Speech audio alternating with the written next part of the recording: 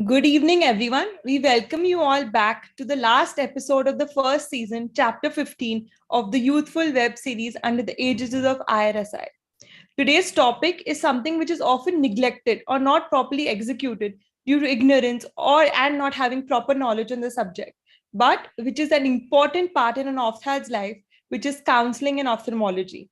If not done properly, we do end up losing patients in our practice. Counseling, as we all know, is one of the most important part. How and what to say to the patients, their relatives, and even the decision maker of the family, how to deal with unhappy patients, how to convince them of a particular type of lens in case of a cataract surgery, all this and many, many more questions that we'll be addressing this in this session. Before we start the session, we will like to welcome our past president, Dr. Himanshu Mehta, to give his sense on one of his favorite topic, counseling and ophthalmology. Over to you, sir. Thank you very much, Dr. Pooja and Rohan, Anshika. Great job. 15 chapter. You worked absolutely untiringly during COVID times. As for the youthful session, it was a great support for IRSI. A lot of topics from what to do in post graduation, what equipments to buy, to every possible topic which a newcomer, we had no idea when we started. I think a lot of good topics have been covered up. And the biggest thing in practice, what I would say is learning the technique you will. If you have to pass on message to any junior, you will definitely know how to do your phaco, you will definitely know how to do your Lasik or a flap or manage. And if you watch Dr. Samar Basak and be with him, you will know how to do your DSEC very well. I've learned it from him. So it's like that, you will always learn that. But what nobody is going to teach you is counseling. The power of counseling make or break your practice. How an extra word from your mouth or a less word from your mouth or a lack of confidence or your body language can change the whole scenario. You can't give less expectation, you can't give more expectation. You have to look into the eyes of the patient. You have to be very clear and confident in what you are achieving and what you are trying to give. If you are going to suggest a trifocal or a multifocal and you stutter a little bit, you know what, gone, you lost the patient.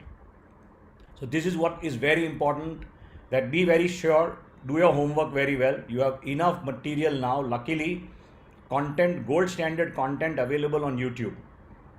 You can master your technique sitting at the luxury of your own house and learn whatever you want to learn. But once you've done that and you are confident, the bottom line to counseling is your confidence in the subject. If you are not confident, if you will not do it in your mother's eye, don't suggest.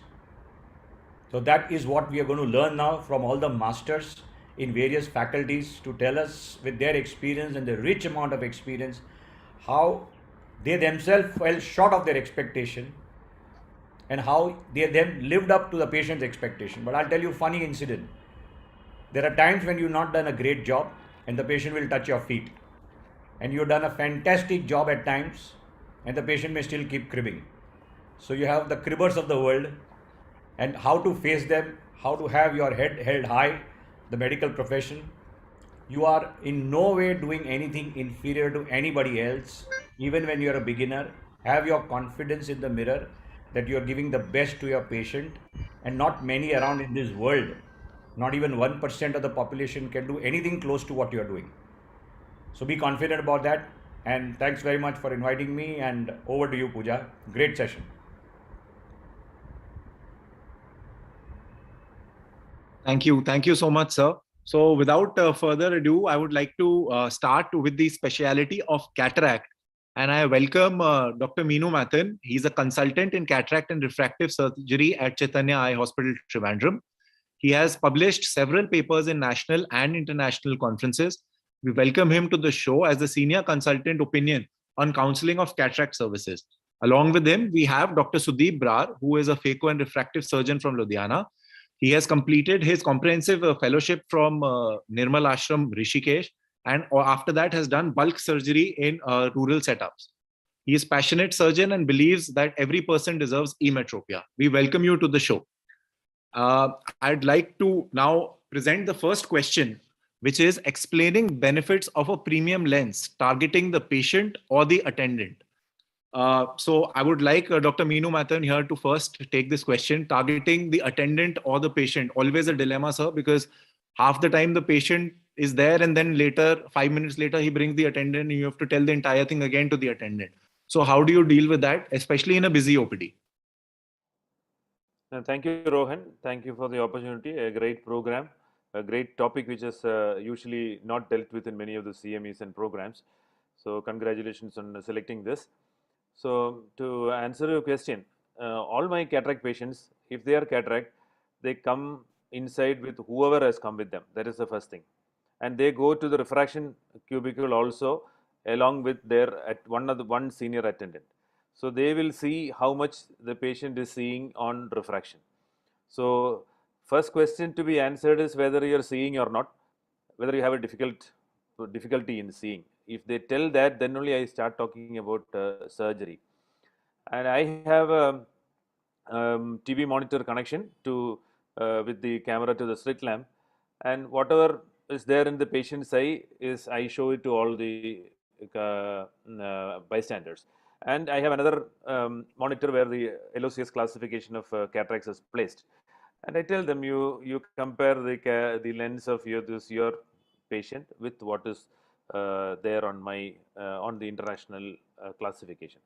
So if you think that this cataract is there, I think that this cataract is this grade, I will show them that this is this grade, and her vision problem is connected to that, then you should think for cataract surgery if you want to get the vision corrected as soon as possible. And most of the things, many a time the attendant speaks, because most of the are my kind of patients, more than 50% are relatively older people with their children bringing them, and or there will be a couple coming in with all their children outside. Kerala has a peculiar thing that many of their children are abroad in the Gulf or in the US or UK and all, and they will come with today also. One old man and a lady came, and he connected the phone to his son, who is a cardiac surgeon in Punjab. So Malayali people, Kerala people, but they're working there. So he wanted me to tell to him. Actually, I had explained everything to them, but he wanted the gist to be told to him also. So that we have to address. So you don't know who pays, you don't know who takes care of them. So that has to be discussed with them initially when they come in, and then we would give equal importance or even more to the attendant also, so that later on they don't come with problems. They will come later on if somebody is not explained. A new attendant will come next time and say that she says she is not seeing at home. Can you just check? So then you ask him, what are you not seeing? Okay, you have not given him glasses yet. So you have to tell them that you have not given him glasses yet. And so we may have to explain to new attendants who come up during future visits, post-op visits. That is another new thing which will happen, but that we have to cannot help it. But before surgery, I make sure all of them, most of them who are concerned come, or at least on the pre-operative workup day, I ask them to bring their the concerned person who is either paying or who is putting drops or with them during the post-op period. Right. So I think first pearl we've got from our opening statement itself, displaying and putting the LOCS classification and showing them that these are the international guidelines. Now you can see this is the cataract of your patient and this is what grade it falls in. I don't think a lot of us do it, but yeah, I think that's a great pearl to have it on display. So Dr. Sudeep, your take on this as a youngster. How do you take the attendant, or how do you identify? Because I've heard this from a lot of senior ophthalmologists, always identify the decision maker. When you're counseling, always identify who the decision maker is, and you channelize your energy on that person, because that decision maker will only influence what the patient will do ultimately. So what's your take? In my premium IOL practice, I usually counsel the patient myself as of now. Usually my counselor is standing next to me, but I still make it a point to counsel the patient. I show them the biometry, I show them the benefits of a trifocal lens, and usually I counsel both the attendant and the patient. I show them a slit lamp picture of their cataract, and I show them some slides which I have from the internet, some genuine slides from the internet, which show a trifocal vision of the patient. So these, again, it's all evidence-based medicine in my practice now. I mean, you have to walk the talk. So, if a patient knows what he's getting, and as the golden rule of trifocals is, chair time is very, very, very important. I tell them that I'm not guaranteeing you complete independence of near vision, but yes, it will only be 5% of your daily pickup rate as of now. So I think I counsel both of them. I hope most people have enough space in their OPDs where you can counsel your attendant and the requisite patient. And especially in younger patients, also, I had recently had a golfer from Australia. He said that I want to remove my spectacles. I have a -4. He was a 50-year-old male. He said, I'm really passionate about golf. So I have a problem wearing spectacles while I'm playing golf. So, you tend to get such peculiar cases also. People who are highly driven to remove glasses are not really good candidates for Presbyond also. So, I think the key is chair time. I think the key is being patient. I think the key is being genuine with your patient. Do not overpromise. Do not look at the total package cost and start feeling good about yourself. There are a lot of costs involved in that. So I think these are the small, little practical tips that I use in my day-to-day practice. Great. So there's a link here to the second question, which I'd like to open up to Dr. Himanshu, Dr. Shell, Dr. Karan, and Dr. Basak here. Doing counseling on your own or having a designated counselor, the pros and the cons. Shell, go ahead, Shell. Yeah, I think that's an excellent is most important. Counselor in our practice plays secondary role, where their role is mainly to just re-emphasize whatever has been already told, and mainly in fixing up the logistics. So for us, pre-operative workup is a separate clinic altogether. So if somebody has come in the OPD and there's a grade 3 cataract, and the patients want to get operated as soon as possible, which lens do you suggest for me? We stop it at that point of time. So we tell them that today was your preliminary examination. You have significant cataract, which we think requires surgery and it will benefit you. There are various lens options, but we need to do a detailed, thorough examination of all structures of your eye, including scans of the measurements and retinal scans before taking a final decision. So first thing, just because the patient is motivated, and we call them separately on the pre-operative clinic, and the consultant at that point of time is doing only pre-operative patients, nothing else. So there is no stress of 10 patients waiting outside the OPD. How do I finish him quickly? And when they come for the pre-operative clinic, we give them in writing as well, and we tell them that please bring the attendants who are going to help you make the decision. Because when you sometimes say bring some attendant with you, they can bring their neighbor, sometimes they can bring anyone along with them. So tell them that bring an attendant who is going to help you make the decision along with you. And only after the doctor counseling is done does the counselor actually meet the patient. So for us, doctor first and counselor second. Welcome, Don. Mohan. Can I say a few points? Hello, Hi. hello, Mohan Rajan sir. Sorry for the delay. Hi. Thank you for your time, sir. I welcome Dr. Porwal and Nami sir as well.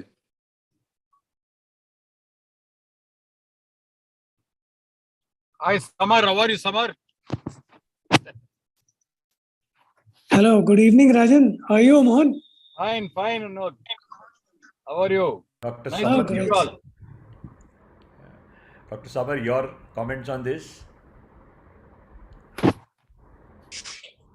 You're on mute, sir. You're on mute, sir. Your microphone. So basically it depends. We have a very high volume practice.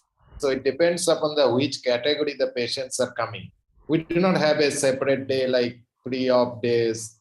So some patients are designated for like CGHS patient, West Bengal Health Service patient, and other patient. They are fixed category.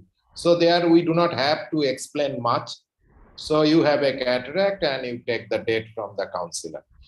And another group of patients, those who are, you can play with them actually, what is that patient's like demand and how much the patient's ability to pay, then we speak some. After, of course, all the examination is finished. We do routinely macular OCT in 100% of our cases. We do specular microscopy in all our cases. And depending upon the situation, we tell the patients about the premium IOLs and toric or other kind of IOLs. But we are not very keen on promoting premium IOL in the name of EDOF or trifocal lenses. Toric, we do prefer counsel each and every patient. Personally, we actually counsel them about you need this kind of. Right. So, Dr. Karan, sir, yes, your point as a youngster.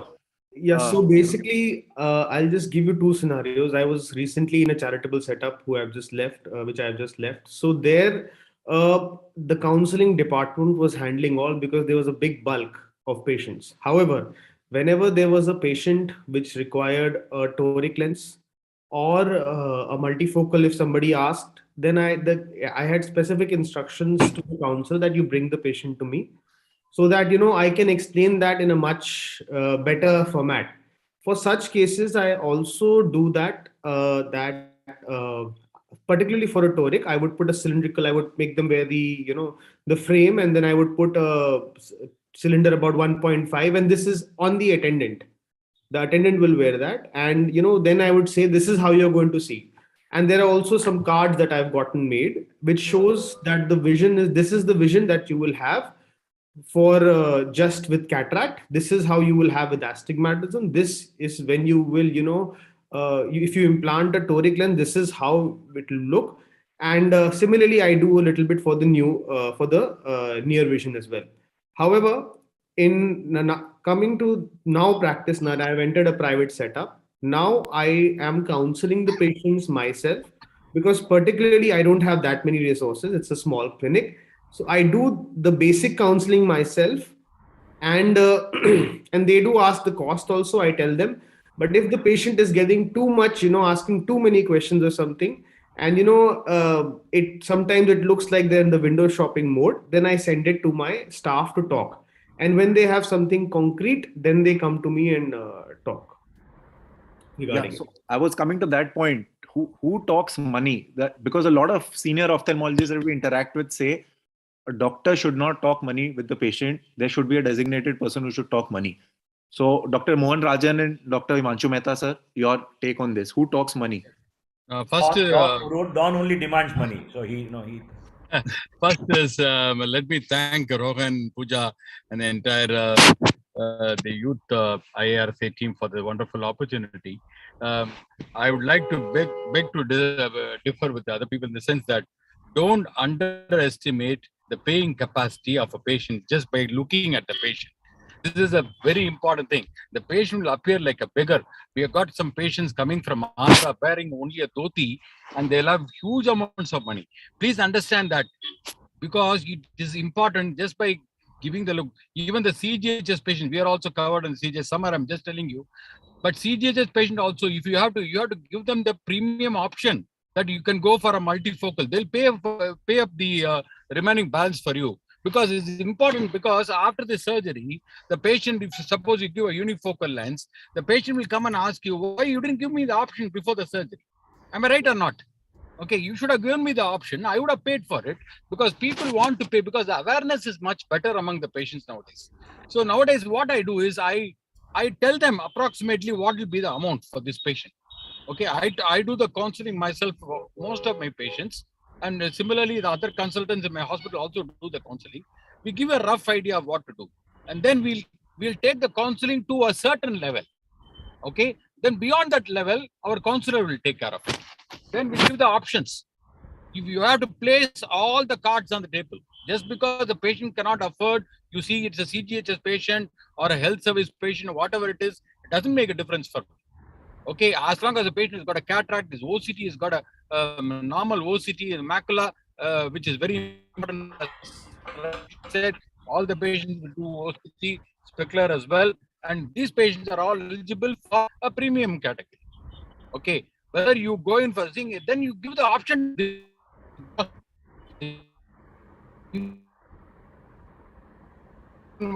So much, but you need to give the cards right in the beginning. And not after the surgery. You're going to tell the patient that you're going to wear glasses for reading. Why? He should go and come back and throw stones at you. That is my personal opinion, and I follow this. I've been following this for past almost 3 decades now. So Rohan, your question was basically should an ophthalmologist be talking about the various lenses. That's what I told. No, yeah, I told. Counselor. So the answer that I would say is that counselors sometimes overpromise, and that can be a big problem for you. Quite often in many clinics, they have an incentive. Now, they've never entered the operation theater, they don't know the complexities of the case, and despite the surgeon having done a great job, because the counselor had promised that you will read N5 also, or something of that stupid kind, can create trouble for you. So, overpromise is one of the biggest setback in any kind of setup by either the surgeon or the counselor. So, all seniors agree that it is the senior person who has to set the ball rolling, as Shell also said, Mohan also said, set the ball rolling. Don't underestimate the capacity of any patient. A dhoti can be a billionaire and he can afford to pay for another 5 free patients for you. So be careful about that, but be very clear and talk to them in their eyes. With respect to the cost part, because the moment somebody doesn't want to pay and you don't want to get into the bargain structure, first is I disassociate myself that I don't manufacture lenses, I don't sell lenses. I don't manufacture the laser machine or the phaco machine. These are inherent cost. My cost remains the same whichever surgery you decide. The moment you do that, they know that you have no incentive in selling a multifocal or any kind of premium surgery. It is for their benefit. They are spending money on their own self. They are not giving money to you. They always feel in a package. Unfortunately, ophthalmology, we talk only of packages. And in a package, the smallest package is of the poor surgeon. The Alcon package, if you can think of a machine, if you have Infinity, if you have an X machine and you have a phaco, Alcon is going to take more money than you. But yet you take the onus for that. So disassociate that and under promise and let the money be spoken about by somebody else. Set the ball rolling. No, you need to. Yeah, I fully agree with you, Himanshu. Only thing is, you need to tell the patient approximately how much it will cost. Without that, you don't send the patient straight away, shunt it off to the counselor. Send the patient off to the counselor. You tell them approximately it is going to cost so much, and remaining exact intricacies, the details will be given by my counselor. That is what you have to take it to a different level, to a certain level, and then give it to the counselor. Because they can't start from scratch. I'll tell you, if they start from scratch, they will not know many things which are going to happen. For example, that's where the over expectations, the over promise and under deliver, all these problems can occur. But you talk to the patient straight away. At that point of time, you talk because you are dealing with the patient. Whichever consultant in my hospital, they talk to the patient straight away, one-to-one. It's a one-to-one relationship with those patients. Right. Thank you. Thank you so much, sir. Can I ask one question, Rohan? Yes. Because there are seniors over here. What do you do if somebody asks you for the MRP of the lens? Straight away, show the MRP. No question. Don't ever charge more than the MRP. Because they'll ask for a bill. Whatever understanding you have with the company is your problem. You should be able to get the bill. Very, very clear. Even everybody goes to a chemist shop or any shop, it is always sold to you at the MRP. You know that he can give you a discount, but he doesn't give you a discount. You're not answerable to that. MRP, this is it, and the company will give you a bill for that. Yeah. Dr. Dhami, sir, your take? Rohan, I have a experience from a very old patient of mine. That time I was very alone. This man ran a charitable hospital. So he knew the cost of all IULs, whether it is MRP or how it is brought to the hospital, at what cost. That means he knew what company sells to you and what MRP is. Now this man is shouting that doctor has cheated me. He is put in a lens which is only something called as 6,000 or 7,000 to him. Luckily, I was behind him. I asked him, what are you talking about? I am coming with a lawyer tomorrow to your hospital and catch you by neck and so that you're charging so much for a lens which costs only 6,000. I immediately answered him, who told you it costs 6,000? He said, I run a hospital. But immediately my reply was that I'm giving you a lens free. What you paid me was my fees. Whatever the charges are my charges as a surgeon, not the lens. Lens is free to you. Then only he could quieten down that I'm only paying the charges to the doctor. Now, what we do is we usually categorize IOLs according to the charges, according to the cost of the IOL. Now, if you say that, like Himanshu said, this is my fees, then they have no answer. Choose your lens. This is what I'm going to charge. This is what exactly we should reply to everyone. Otherwise, half of the people know the charges. Most of them are medical reps who are telling here and there that lens costs only 5,000 or 6,000 to the doctor. MRP is this. They know all whatever you were trying to hide. I tell them it's my surgery. I spent so much. This is what equipment we use, and package is my fees, not the IOL you are getting. Choose the IOL, whatever you want. Right. Dr. Porwal, sir, if you can come in on this, and then we'll move to the next question.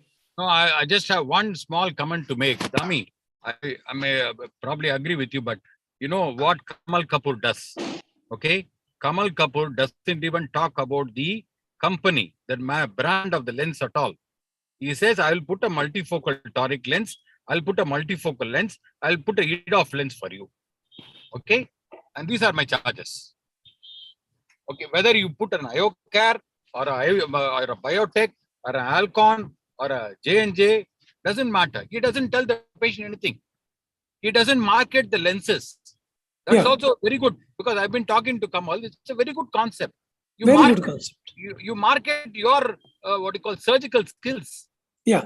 I think that is important. I'm going to do the surgery for you. And I'm going to charge you 1 lakh. I'm going to put a multifocal.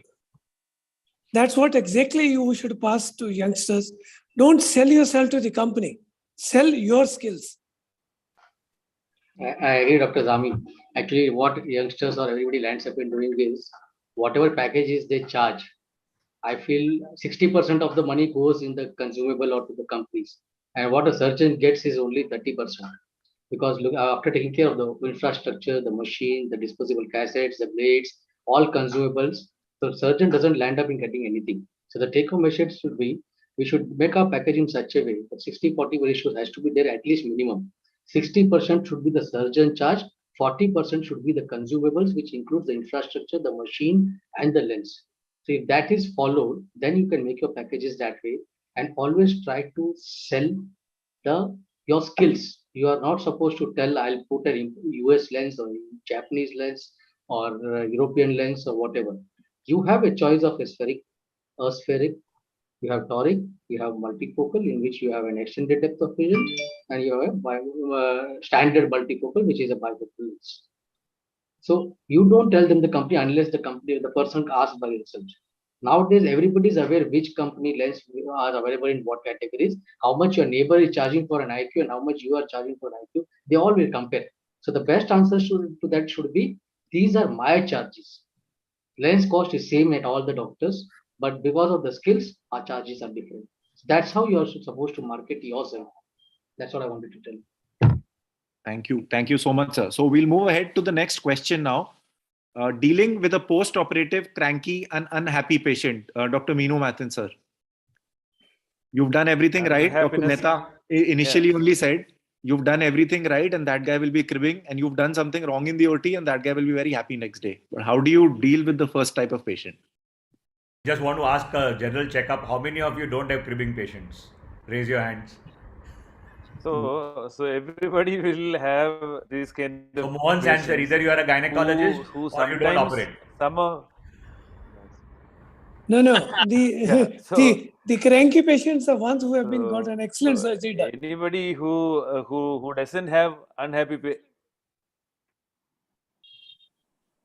can I? Yes, sir. So anybody who doesn't have a post-operatively unhappy patient are not doing enough cataract surgery. So that is a different issue. Everybody will have. So one category of them, you will be able to identify them preoperatively itself. That is why we need to spend some time, talk to these people and identify how they talk. They will come and tell you that lift operator did not let my attendant come inside. There I waited. One person last week told me, I waited for 20 minutes at the pharmacy and they did not give. You know that? So preoperatively itself, please assess these kind of patients who are going to be definitely unsatisfied with whatever, some kind of odd things they will tell, whatever reason. So please identify bystander, the attendant and the patient who are like this.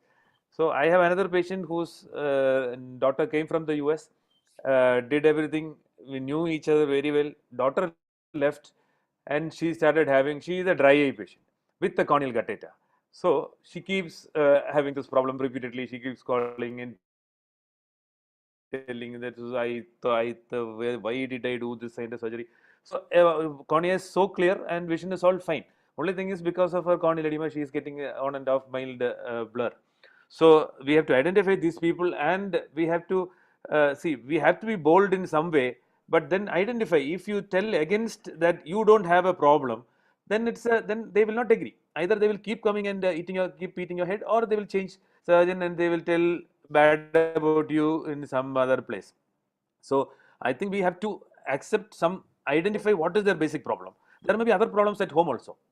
That is another thing which we have to understand. There may be patients will having personal problems inside home, work problems, which they want to vent out somewhere here. So please listen. I do listen to all these, what they tell, and then make sure that everything else is done right and the eye is also fine. Then try to treat them psychologically, talk, and then show them picture of this thing and all those. And so finally give sometimes I give very costly medications. Some people are very happy with that, some Sustain Ultra or some 1,000 rupee drop, lubricant or something, and they get happy with that and all those. So you give, this is very costly, this will work for me. Or sometimes some people are without any reason, I didn't have a problem, but then this guy is giving me costly medicine.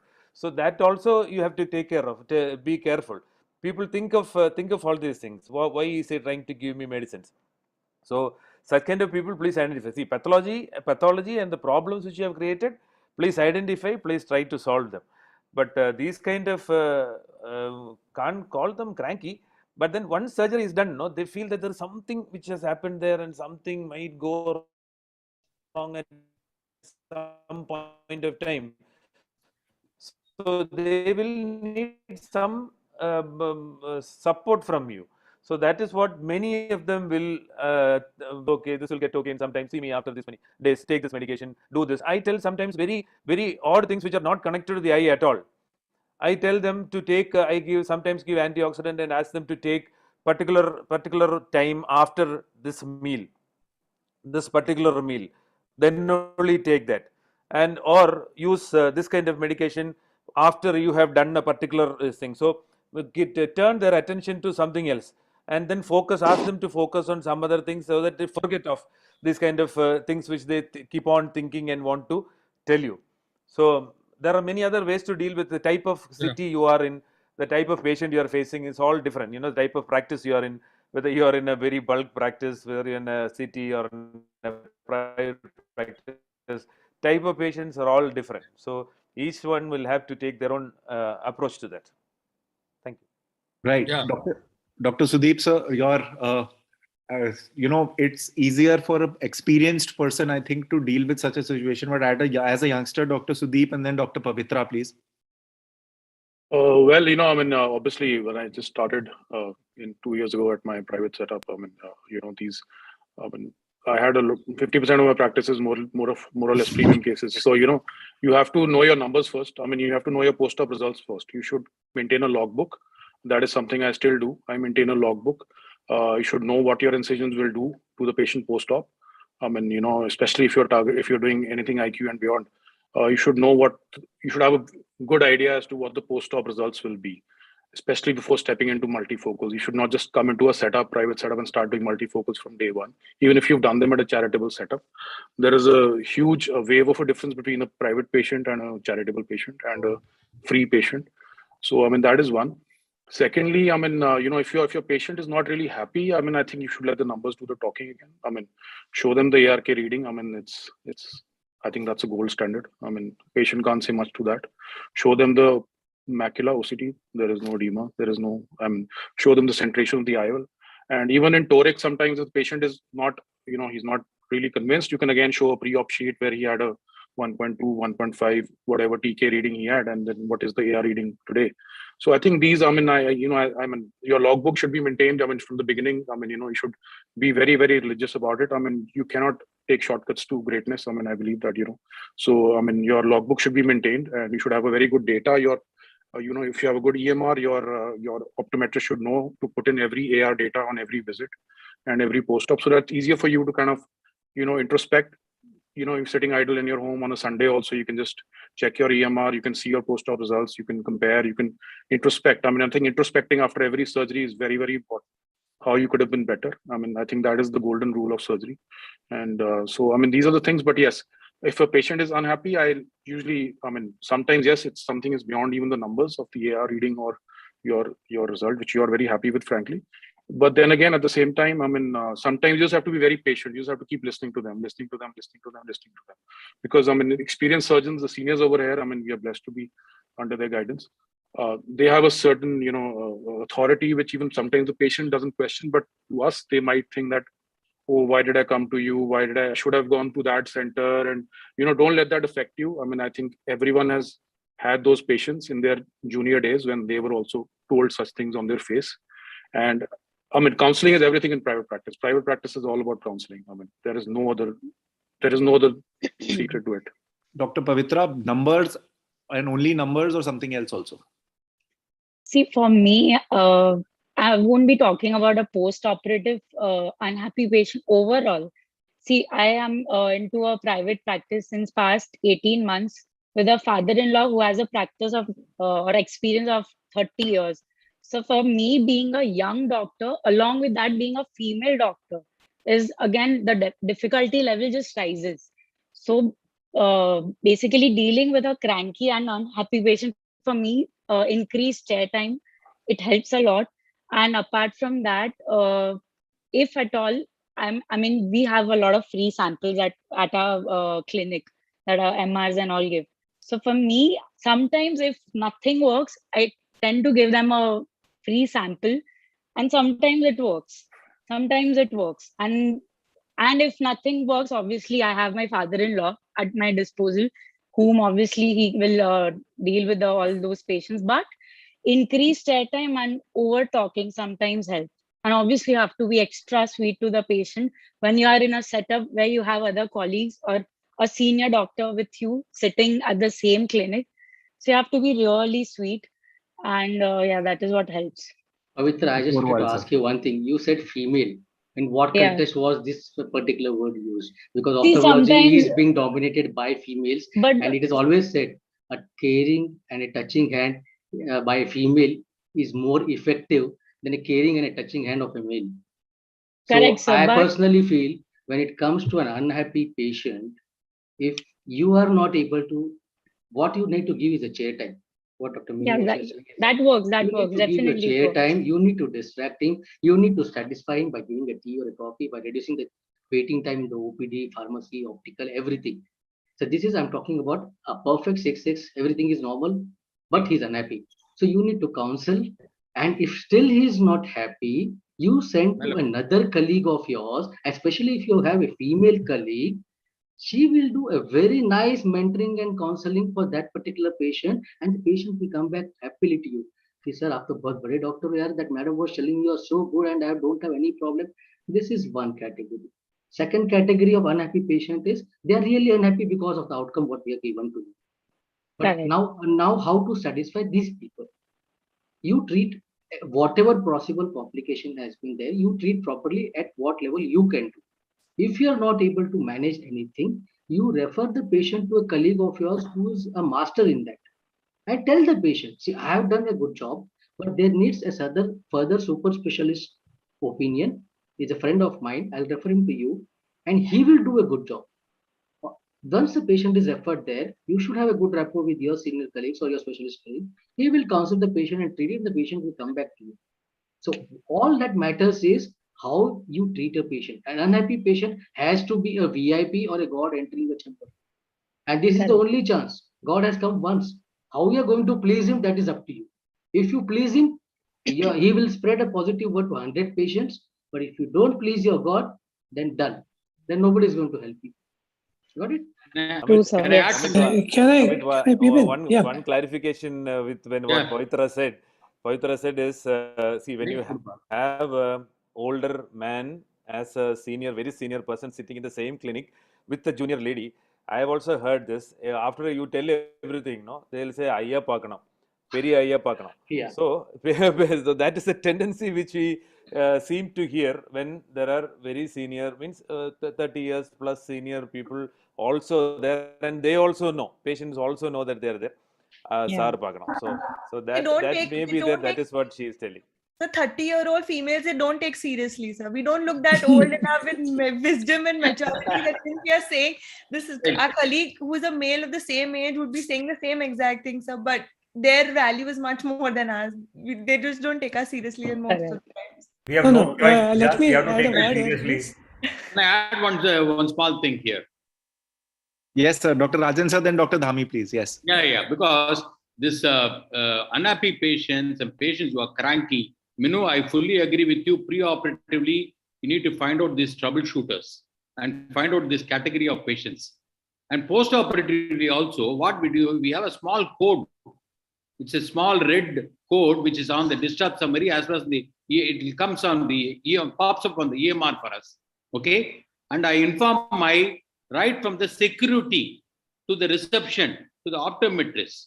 Okay, as soon as the patient comes, don't even talk to them. Straight away, bring the patient to my chamber. Yeah, straight away, bring it. Not even the patient. So in our fellowship place also, we had our counselors used to write TT on top. So when the file came to us, we already knew that okay, we have to deal with them in a certain. Absolutely, these are all troubleshooter patients. Straight away, you bring them here, because if you allow them to wait in the OP, that guy will create trouble, create a big furor there, and spoil the other patients also. So this is the biggest problem we have. So you bring the patient inside, give them VIP treatment. You don't even check the vision for them. Just see them, say hello to them, say everything is fine, you'll be all right, and make sure that he goes out of the hospital. Sometimes I even escort them out. Take him to the road and leave it and come. Leave them come. Even if you don't collect the fees, it doesn't matter. I don't mind foregoing the fees for that patient. But this patient should not be there in a hospital for more than 2 or 3 minutes, in my opinion. Okay, he has to come and finish off. If he has got any OCT be done, immediately the OCT will be done. You will be there, right there, and finish off, and so that the patient goes off immediately. Not waiting in the reception. If he waits in the reception, this patient is going to create a lot of galata there and create problem for other patients as well. He'll demoralize the other patients. And one happy patient is going to bring 10 happy patients. But one unhappy patient, you lose 100 patients. Please understand. This is the logic, and this is the what you call the equation. Right. Dr. Dhabi sir, you were making a point. Mohan, you really made a point that these patients should be marked on the EMR and entry free, entry fast track. But before that, we do confirm that actually there's nothing wrong with this person. Surgically, ocular surface, in the retina, or any envelope, any associated pathology, or really he's that is very important. Then fire him out as fast as you can. Yeah, absolutely, sir. That is the main thing, because if he's got a problem, obviously you have to treat the problem. These are guys who will not have any problem. They will have 6/5 and 6 vision. They will have everything normal, but still create some problem. So I'm not able to see this side, negative dysphotopsia. I'm not able to, because my first eye took 5 minutes, second eye took 15 minutes. So something is wrong with my second eye. They'll have that mentality. These are all what is called type A personalities. No, very difficult to deal with them. It is better to identify this type A pre-operatively and under-promise these people. This type A personalities should be identified pre-operatively by yourself and also by your counselor. Mark it on your case sheet, under-promise them so that post-operatively they don't create more nuisance. Second thing, what Dr. Mohan also said, I had this problem when I shifted to Indore. Usually, the trend in Indore was you operate one eye, after 1 month only the other eye should be operated. So what I started was when I came, I never knew about this trend, and I operated in a gap of 2 weeks. So every time the patient used to complain, sir, first eye was good, second eye you operated soon, that's why I'm not able to see clearly. In spite of having all the good 6, everything is good. But that psychology is there. The second eye was operated too early. All the other doctors operated after 1 month, but you operated after 2 weeks, and I'm having problem. So you have to understand the trend and try to counsel them. This also is very important issue. That what is the area of practice in your area where you're practicing. Suppose a person is operating in like bilateral surgeries, simultaneous bilateral surgeries, or the other eye surgery in a gap of 1 week. So there is a double-edged sword. You operate one eye, both eyes cataract, you tell the patient, and you don't operate the other eye after a week. You operate late. He might tell, sir, my neighbor had got operated both eyes in the gap of 1 week. He's able to see clearly, but I am not able to see clearly because the second eye was operated late. And you have to take care of this, what is there in your area. The great pearl here is identify these patients pre-operatively.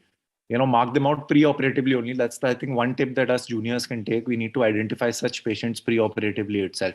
So I'll move ahead with the next question, and this is an overlapping question. So I'd like Dr. Samar Basak and Dr. Mehta and then Dr. Karan to take this. How to tackle and deal with idiot syndrome patients, internet-derived information obstructing treatment. More and more and more of these patients are coming now, sir. Dr. Basak and then Dr. Mehta. Dr. Samar. Okay, sir, you can take it. Dr. Mehta, sir. Please take it. Yeah. So they make an idiot out of us. The whole game over there. They don't know anything. I just had somebody 1 hour back, and he had optic neuritis, young guy, and whatever. So he knows more about ophthalmology than me, that I can promise you. And he had read up a lot more. So nothing, you have to put them to their place very clearly, that I know my job. This is what can happen, and give them more problems. What can happen with any surgery, Lasik, you can lose your eye also. Start with that. After that, they're not going to argue with you. So the point is, every point that they have and mentioned over there, tell them very clearly, this can happen. Yes, of course it can happen. It is mentioned there and it can happen. So don't defy them on anything. And then the relative, actually, the person who's come with that patient generally knows that this is a normal chucha person and keeps asking questions. Then you converge on to a point where you make them understand the subject. The whole game of consultation is a game of expectation. The first eye, classically, like the previous question corollary, the second eye took more time, it was more painful, I can't see clearly. Almost every single patient comes up with that idea. However, if your first was a difficult case, they'll say second was very simple. So the whole game is the game of expectation. Reduce that expectation. Tell them, yes, this can go wrong, this can go wrong, you can get halos, yes, you will get halos. If you use multifocal, if I use the correct lens, I promise you that you will have halos. Now what? So if you have told them that, you are not trying to defy anything, you are just going ahead with the flow, but are you going to be driving at night throughout the day? Is that your only job that you do? Or is it 0.5% of your activity? So if you want vision for 99.5% of your time, 0.5% glare and halo is perfectly fine. This is how they will digest it. So prove a point. This more and more of idiot, and a lot of patients are going to tape what you are saying, by the way. One more thing, these idiots, so-called, are taping silently. So be careful of every word you say. Don't ever criticize anything else. Don't say anything otherwise. Even as a passing remark, because that can be used against you. Be clear, look into their eyes and tell them, this is what I don't know. I don't know. You're not supposed to know everything. That's it. Very simple. Dr. Basak, sir, patients who come with internet knowledge, how do you deal with them, sir? And how do you explain what is actually correct? Because some of the things written over there are wrong. They're blatantly wrong because they read blogs. I think Dr. Himanshu has already explained. So these are the people you can never satisfy, actually. You can never satisfy. So you tell them the truth, whatever today's era in cornea and even refractive cataract, the digital eye strain, the computer uses and all these things. So you ask them and you again tell them, go. So you have to be very careful. You can give them certain website name also. So these are the website you read there. Don't go randomly by Google search. You go this website, read the article, and then you come. But it is not always easy to make them understand that internet knowledge and this thing are perfect. So it is a very difficult issue in today's era, and mind that recording part is also a serious problem. Yes. Dr. Karan, your take on this? I just basically tell them, internet is full of lot of knowledge, lot of stuff, but you need to know where you've read it from, and there has to be a reliable source. And I would echo what the other speakers have just said. And I also do add, there's a reason I've spent so many years. And I've not learned everything from Google. It's a lot of information, but there's a reason I'm sitting here. Otherwise, you can sit here, I'll go that side and you treat me, please. But without sounding arrogant. Yes. So I think also as a youngster, I must chip in that don't be scared of counseling and don't be scared of losing the patient. Patients never go. If in my 2 years of practice over here, I've only had one patient who was from Dubai who didn't come back, maybe for travel issues. So don't be scared of losing the patient. If I tell him the truth, he will not come back to me. If he's not coming back to you, he was not destined for you. But it rarely happens. If you're frank, if you're honest, people appreciate that a lot about you. That's a fear. I think that's what the last question here is. That's a fear as a young youngsters. Can I just peep in Yes, a second? Yes, sir. See, it's for any patient who comes for a cataract surgery or talks all from Google, there's only a question I put him. Do you know what you suffer from? Yes, cataract. What's your age? 46, 64, 74. You know what all is going wrong in your body? Why has cataract come in? Because you have aged. They can never deny that they are growing old. And they are going to have some many problems other than just cataract surgery. And they link everything with, sir, aapne operation kiya tha. So you got to define that you are aged, that's why you had a cataract, and I'm treating just a cataract. Right. That point of missing out on patients as a youngster, that's where the last question is, how not to fall into the trap of over promising and under delivering when your colleague next door is over promising. Yes, we all agree that's a wrong thing to do, but that's what a lot of patients come to you and say, ki us doctor ne to ye kaha tha ki chashma utar jayega. He's wrong. He's going to fall into that trap one day. But what happens on a lot of occasions is that patient, you lose that patient. So, very next to me, very near me on the same road, 500 meters down is a corporate hospital, eye hospital. They, I think, have counselors.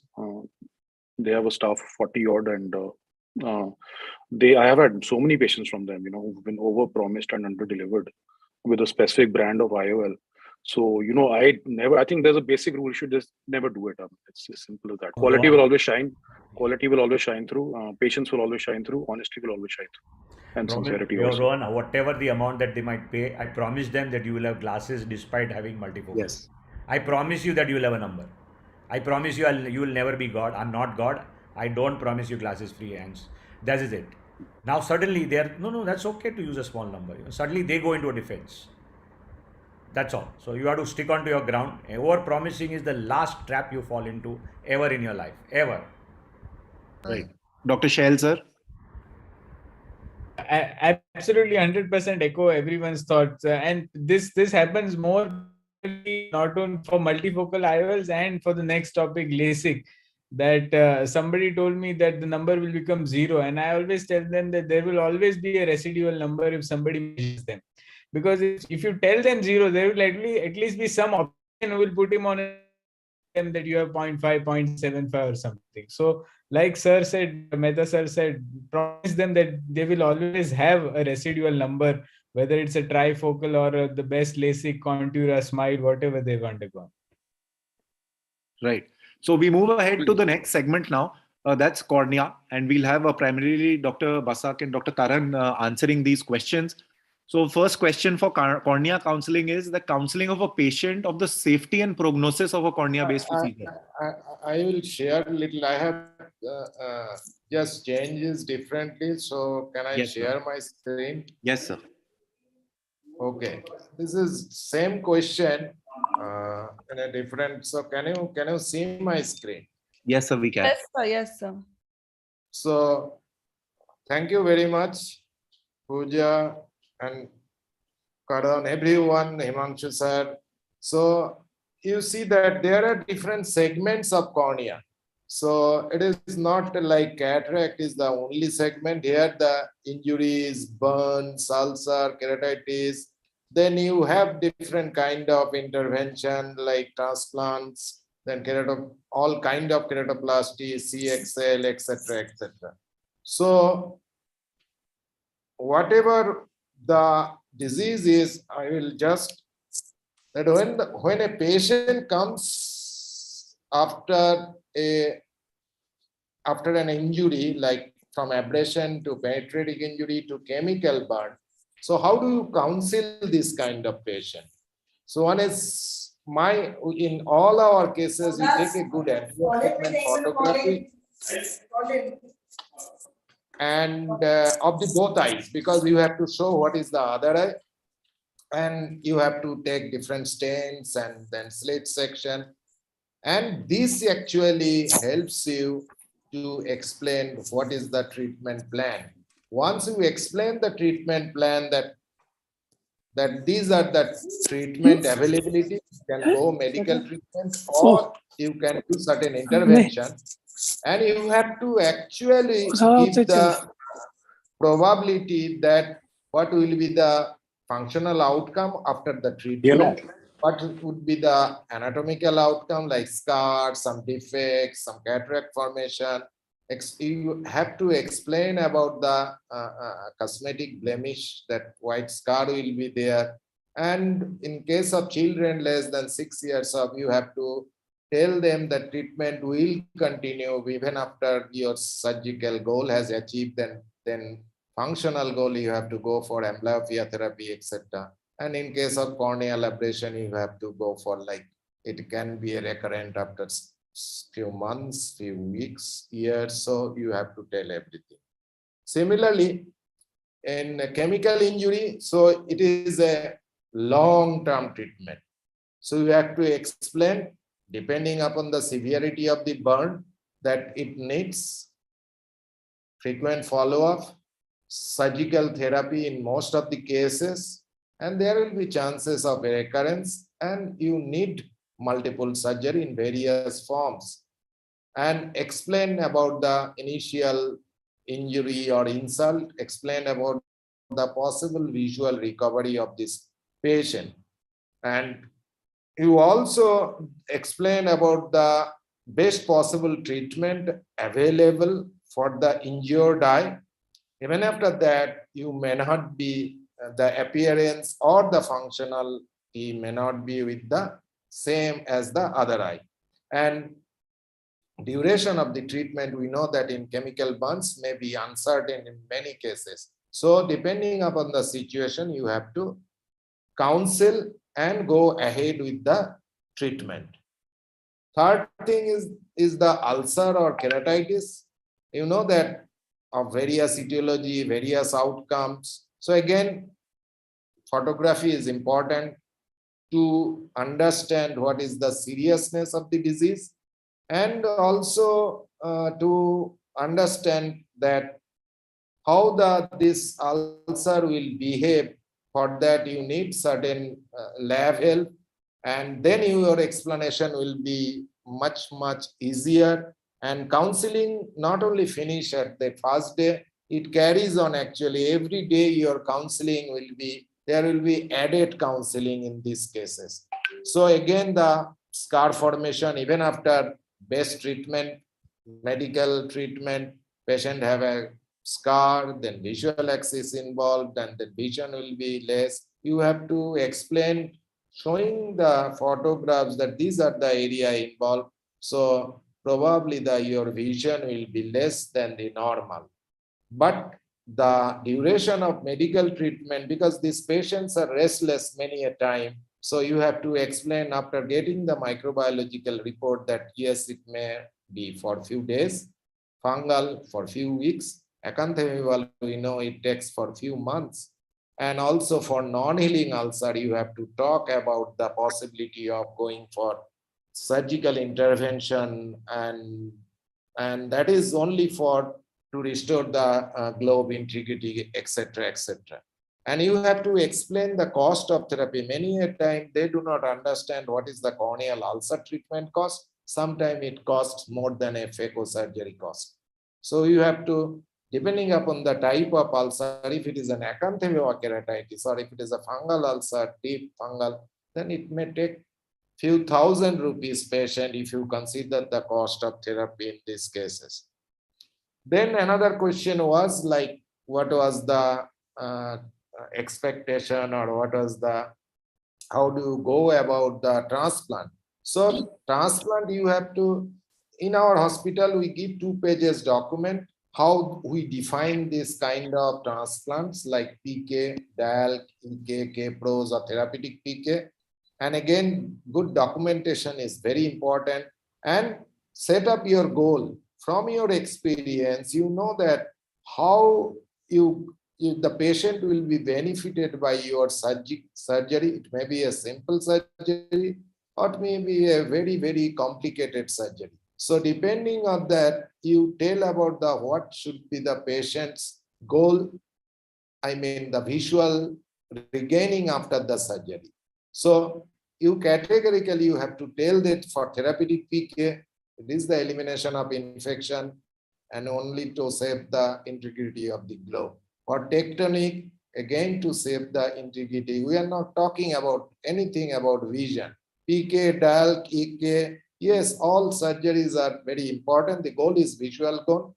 Again, depending upon the what is the type of the disease you are dealing with, and then there may be certain prognostic factor. You may tell that this is, in your case, your success will be in a keratoconus, like typical example, very good case. You say that your success rate is about 90% of the, you cannot promise 100%. So, but in a similarly, in a difficult DALK, you tell that, okay, it may be 50-50 chance, or otherwise we will convert to PK during in over table only.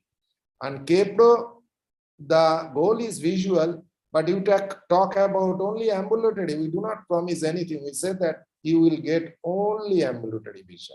That means you can go around alone, you can take your food, you can go to the washroom, etc., etc. And discuss about the potential complication during surgery like expulsive hemorrhage, open globe surgery like PK, choroidals. All this you have to discuss about the post-operative complication like graft failure and rejection. But before taking this patient, sometimes patients come from a rural area and there is no background, there is no support. They always compare with like, it is like a cataract surgery, and you tell them, no, you have to come in a regular follow-up, or you have to go to a specialist for a regular follow-up. And you need to continue the medication for many years, maybe lifelong. And we always counsel the caregivers for any type of transplants. That is very important. The patient is in agony and etc. So caregiver who will be staying in at home, who will be taking responsibility to put the eye drops. Even for corneal ulcer, that is also very hourly eye drop. So who will be giving the eye drops? So all counseling part is important.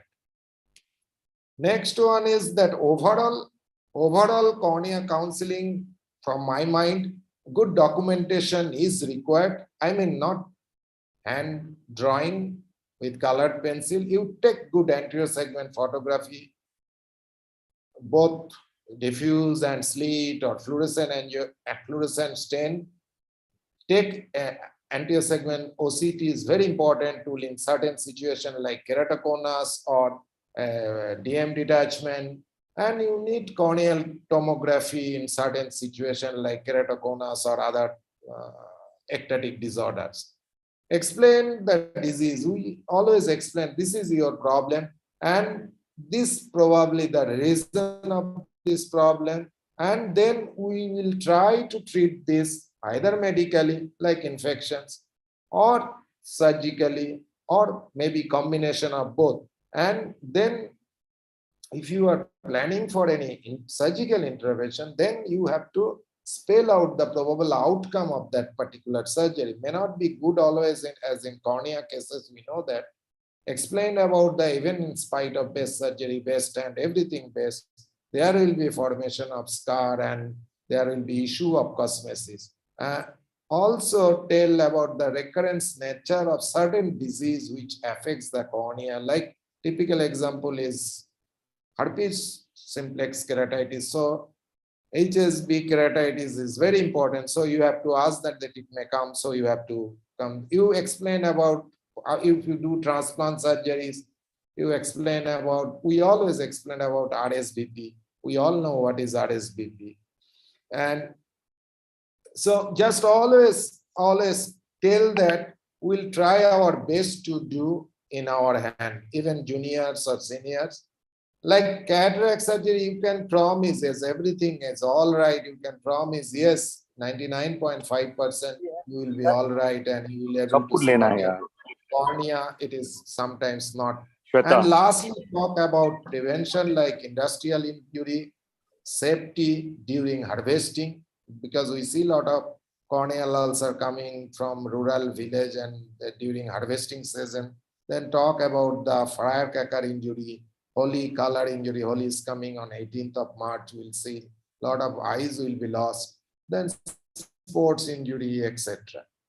And for the juniors or others from a senior's perspective, always we need to explain the disease, because cornea is a vast, like if you say cataract, it is cataract only. But if you say corneal disease, if you have dystrophy, then you have to tell it is something different. You have a hereditary disorder. If it is degeneration, then you have to tell that it is something different. If it's a rare disease, you have to tell.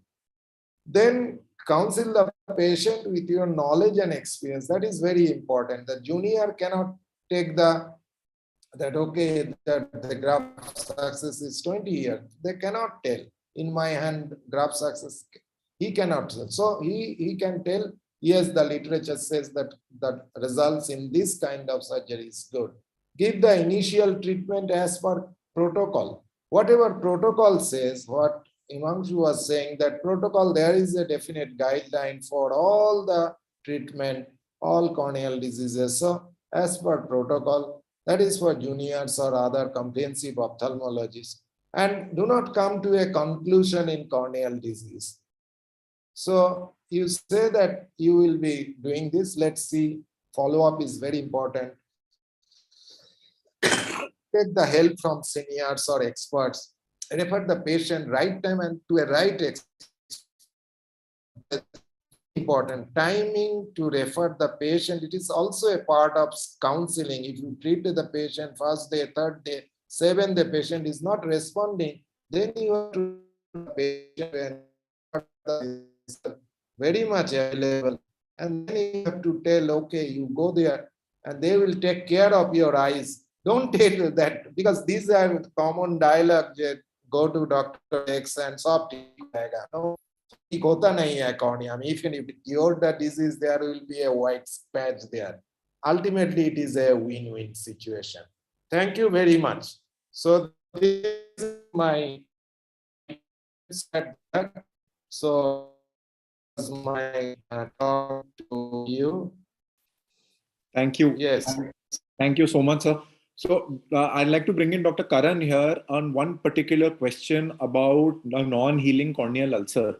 Because even as general ophthalmologists, we deal with such patients who, they when they are not responding to treatment, they become impatient.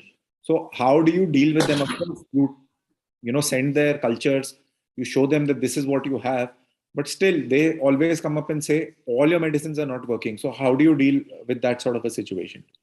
So first of all, as Samar sir has beautifully, laid out all the points that are there in a corneal counseling. So a good slit lamp photography showing serial visits as to whether it is responding or not. and good documentation of every subtle sign as well regarding the same. Second point being culture and sensitivity plays a really important role, and this really does help. If sometimes it's a non-healing ulcer and you've tried everything in this, nothing is working, then you might have to do a therapeutic PK.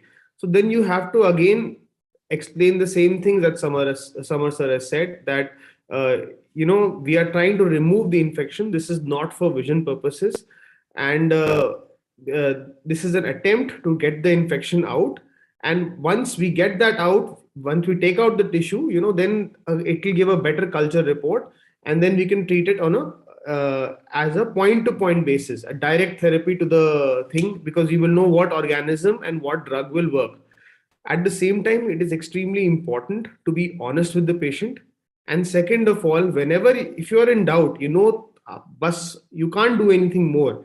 It's a good idea, at the same time, there are so many groups on WhatsApp, so you can put those pictures up, on different groups, and there is somebody senior, there will be somebody in India, who, or internationally, who will help you out. No, this is going to work, this is going to respond in such a way. And the other option, you can call up your seniors as well. So I had one similar case of a bilateral pythium keratitis in a child. I have to publish it. I've written it, but for the last 6-7 months, it's like that. And it took me about a month's time, and the child became okay. But the reason that child had confidence in me, two things that person saw, the father saw. First of all, I was very transparent with all serial photographs that this is happening. Second of all, when I also was confused, he saw that let me discuss with my gurus and then get back to you. At the same time, I discussed, I trained the treatment, and eventually the patient did well. Right. So, yes, sir. I just add one point.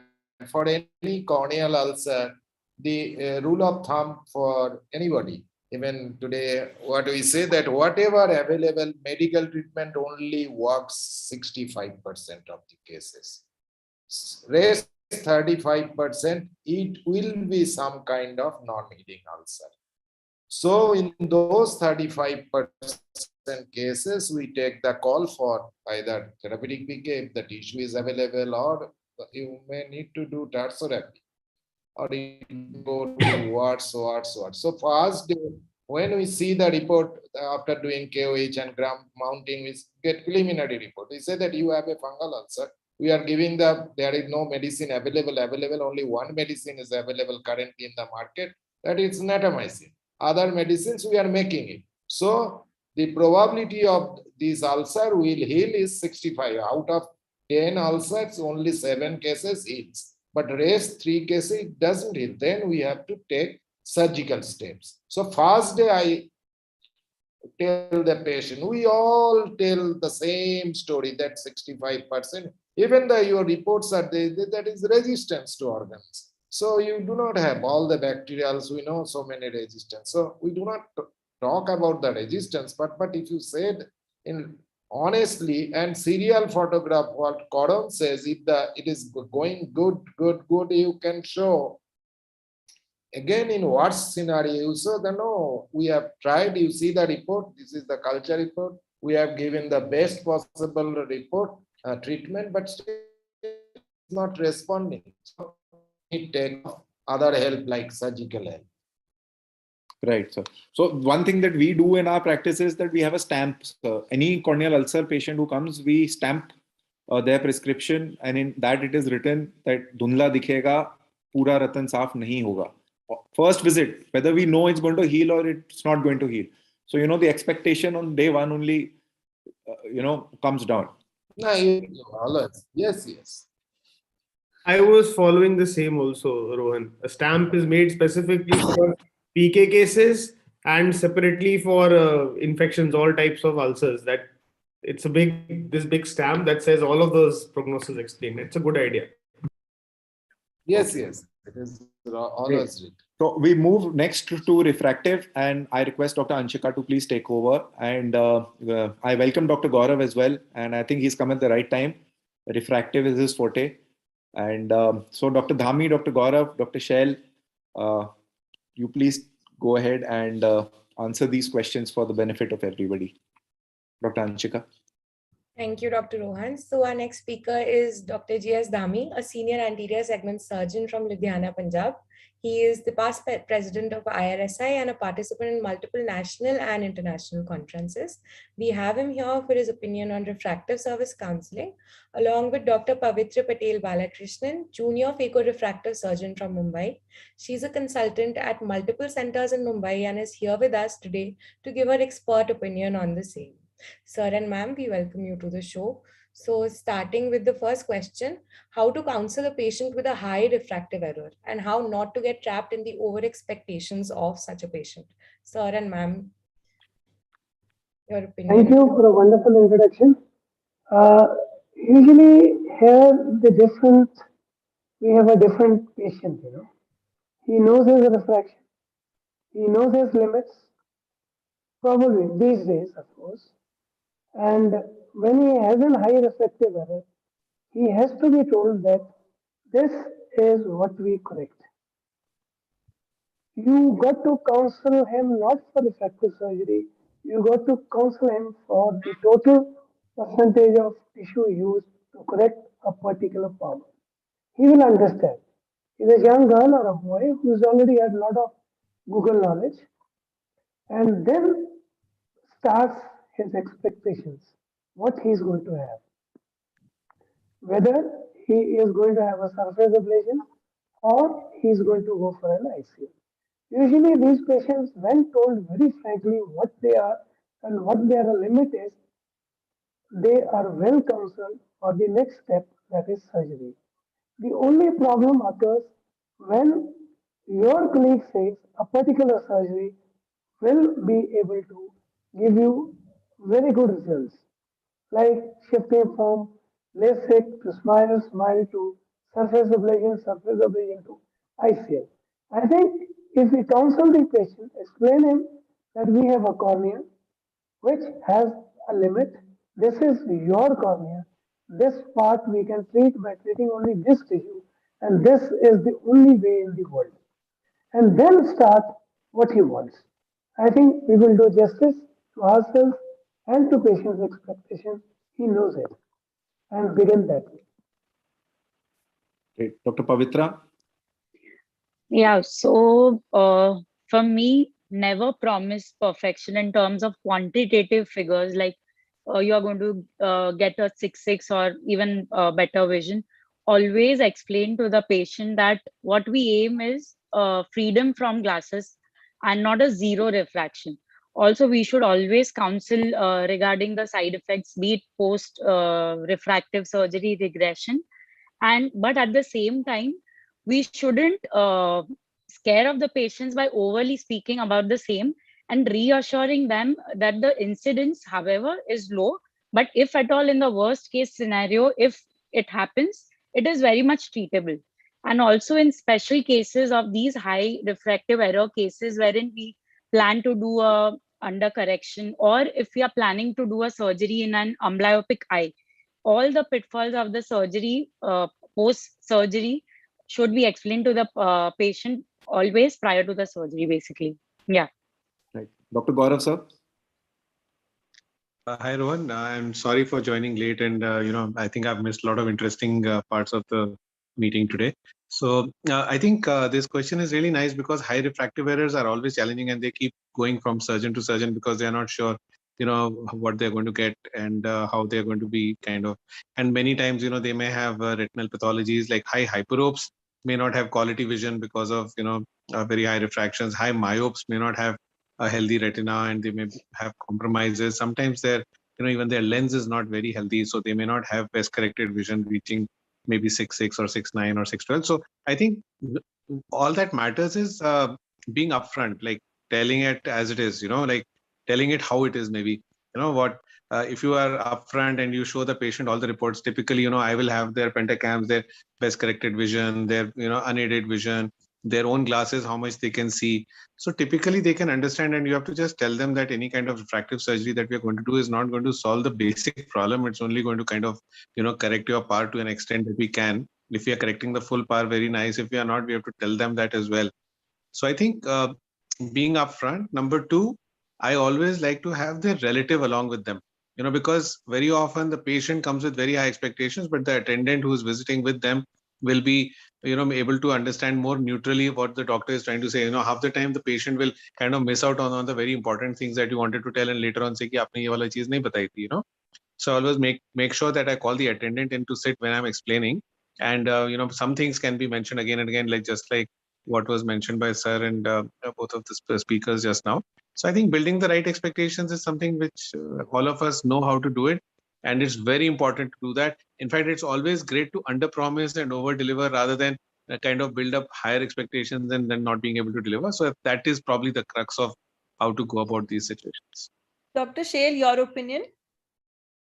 I think the major thing, like Dr. Dhami correctly mentioned, is that quite a few of these patients you will be the second, third, or the fourth opinion, where one surgeon would have said no surgery, one would have said Lasik with some form of tissue saving, etc. Some would have said ICL, and some would have said PRK. And so then they ask you which is the best surgery.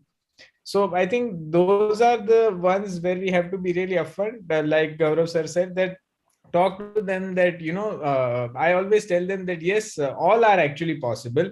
And if, if we are lucky, even if we do any of them, if you are lucky, you may not have any complications lifelong. And then you may question, why was I told this and that?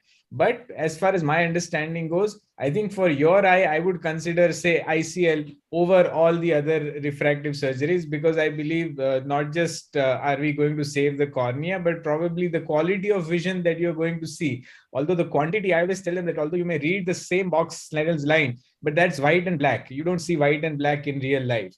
So try to give them real examples that yes, maybe the number reduction may be similar for a very high error. You may do a small ablation zone and get away with 6x6 also.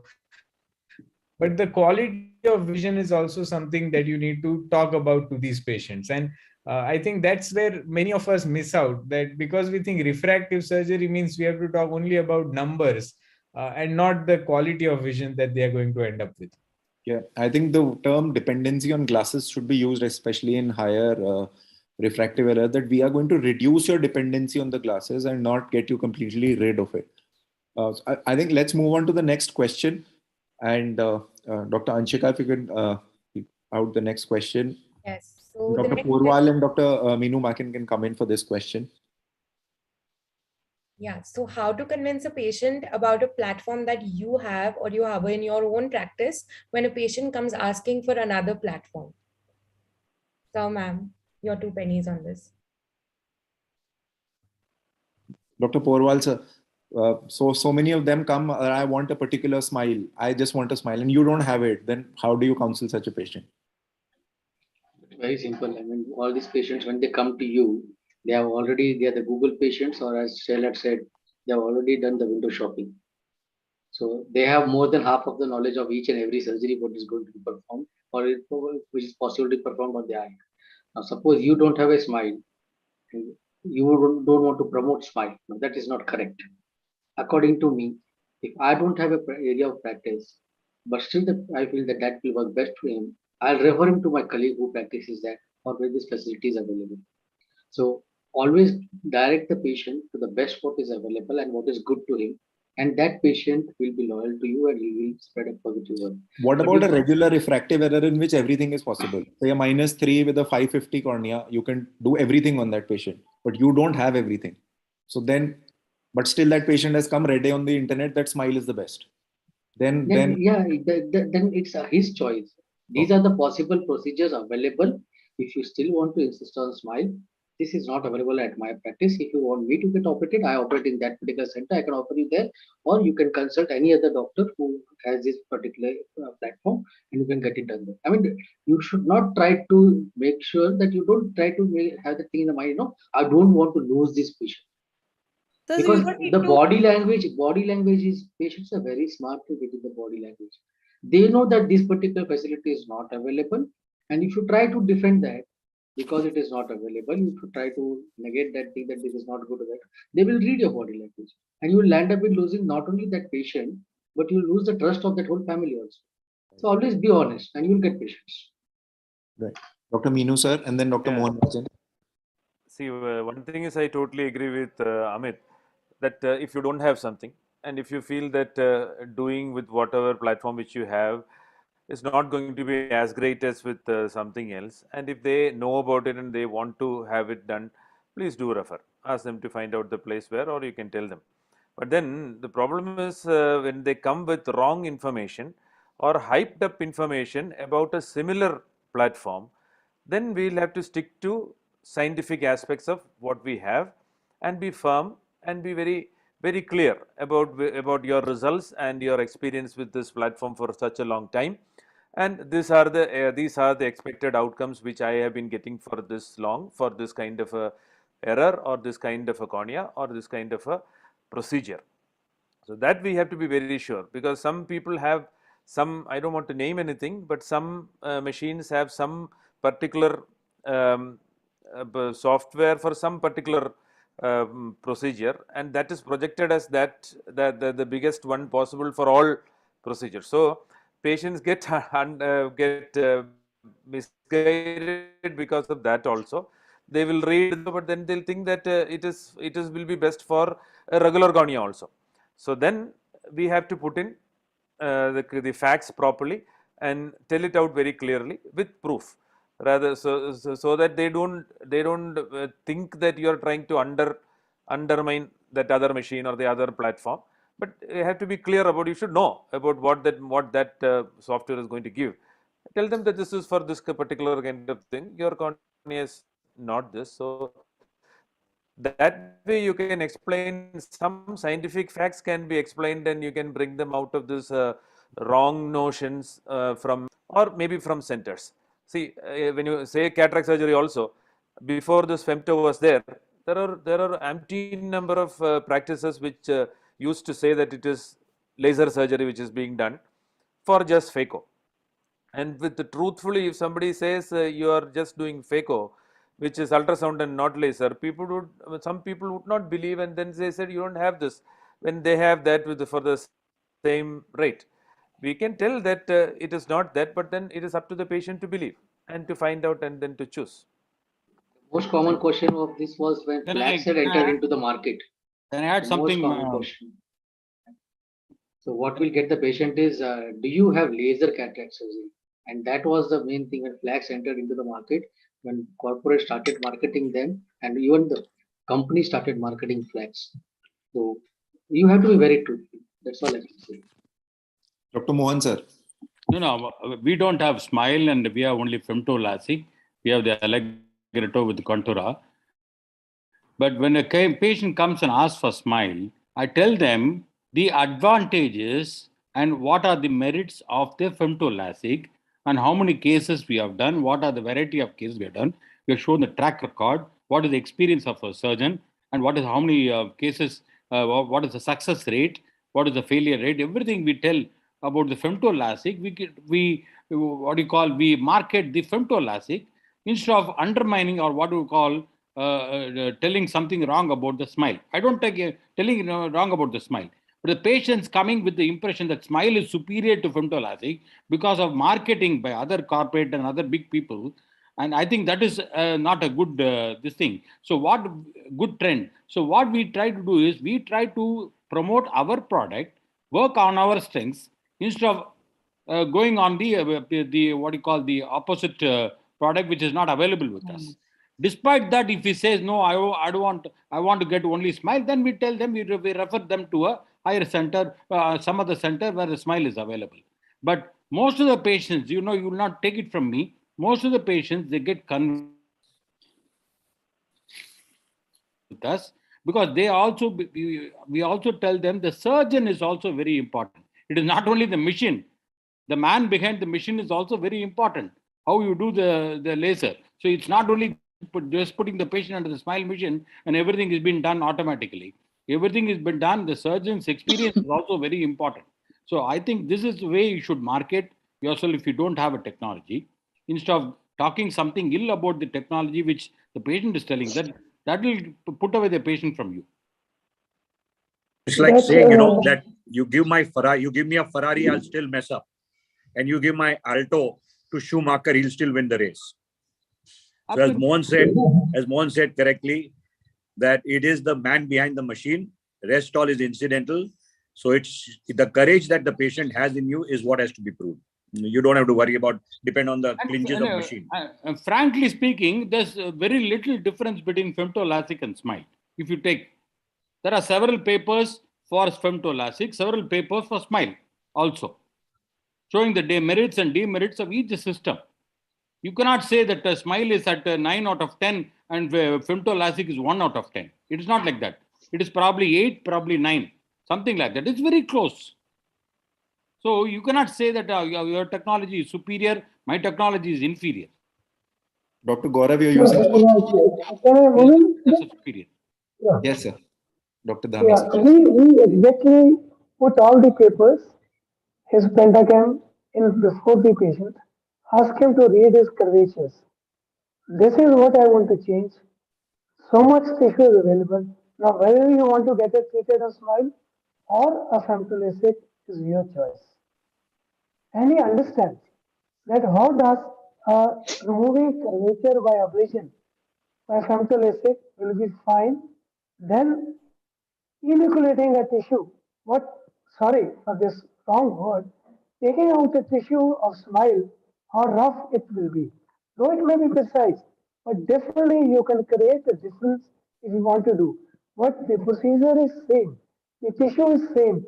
There's only one cornea, and we have so much of limits. And if you put your limits across, both procedures are similar and equal. Right. Dr. Gaurav, last words on this topic. So I think we've covered almost everything, and this is exactly what I would do as well. What Dr. Mohan said, what Dr. Dhami said. We basically, don't underplay somebody else. Even if you're getting instigated by the patient to kind of, sometimes say that, something wrong about somebody else, what somebody may have claimed.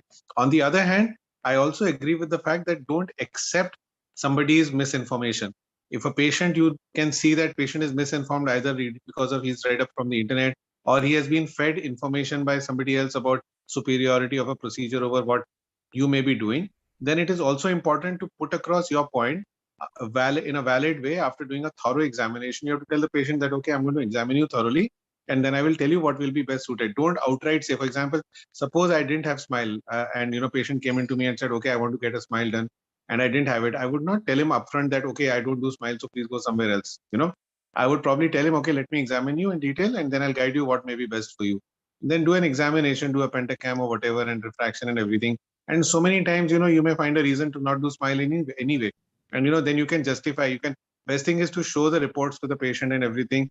Be upfront, like, this is your scan, this is your corneal thickness. I feel that this is why you should be doing best with this procedure. And if the patient has faith in you, he will go with what you want to do for him. He will not run after the procedure if you are very kind of able to explain everything to him properly. Thank you so much, sir. Moving on to the next question. How does one go about counseling a patient who is undergoing refractive surgery in their mid-30s about the possibility of presbyopia in the coming decade? Good one. So, Dr. Meenu, sir, your thoughts on this? Dr. Gaurav, sir, your thoughts? Anybody? I think Dr. Dhami and Dr. Gaurav, Dr. Karan can take this question.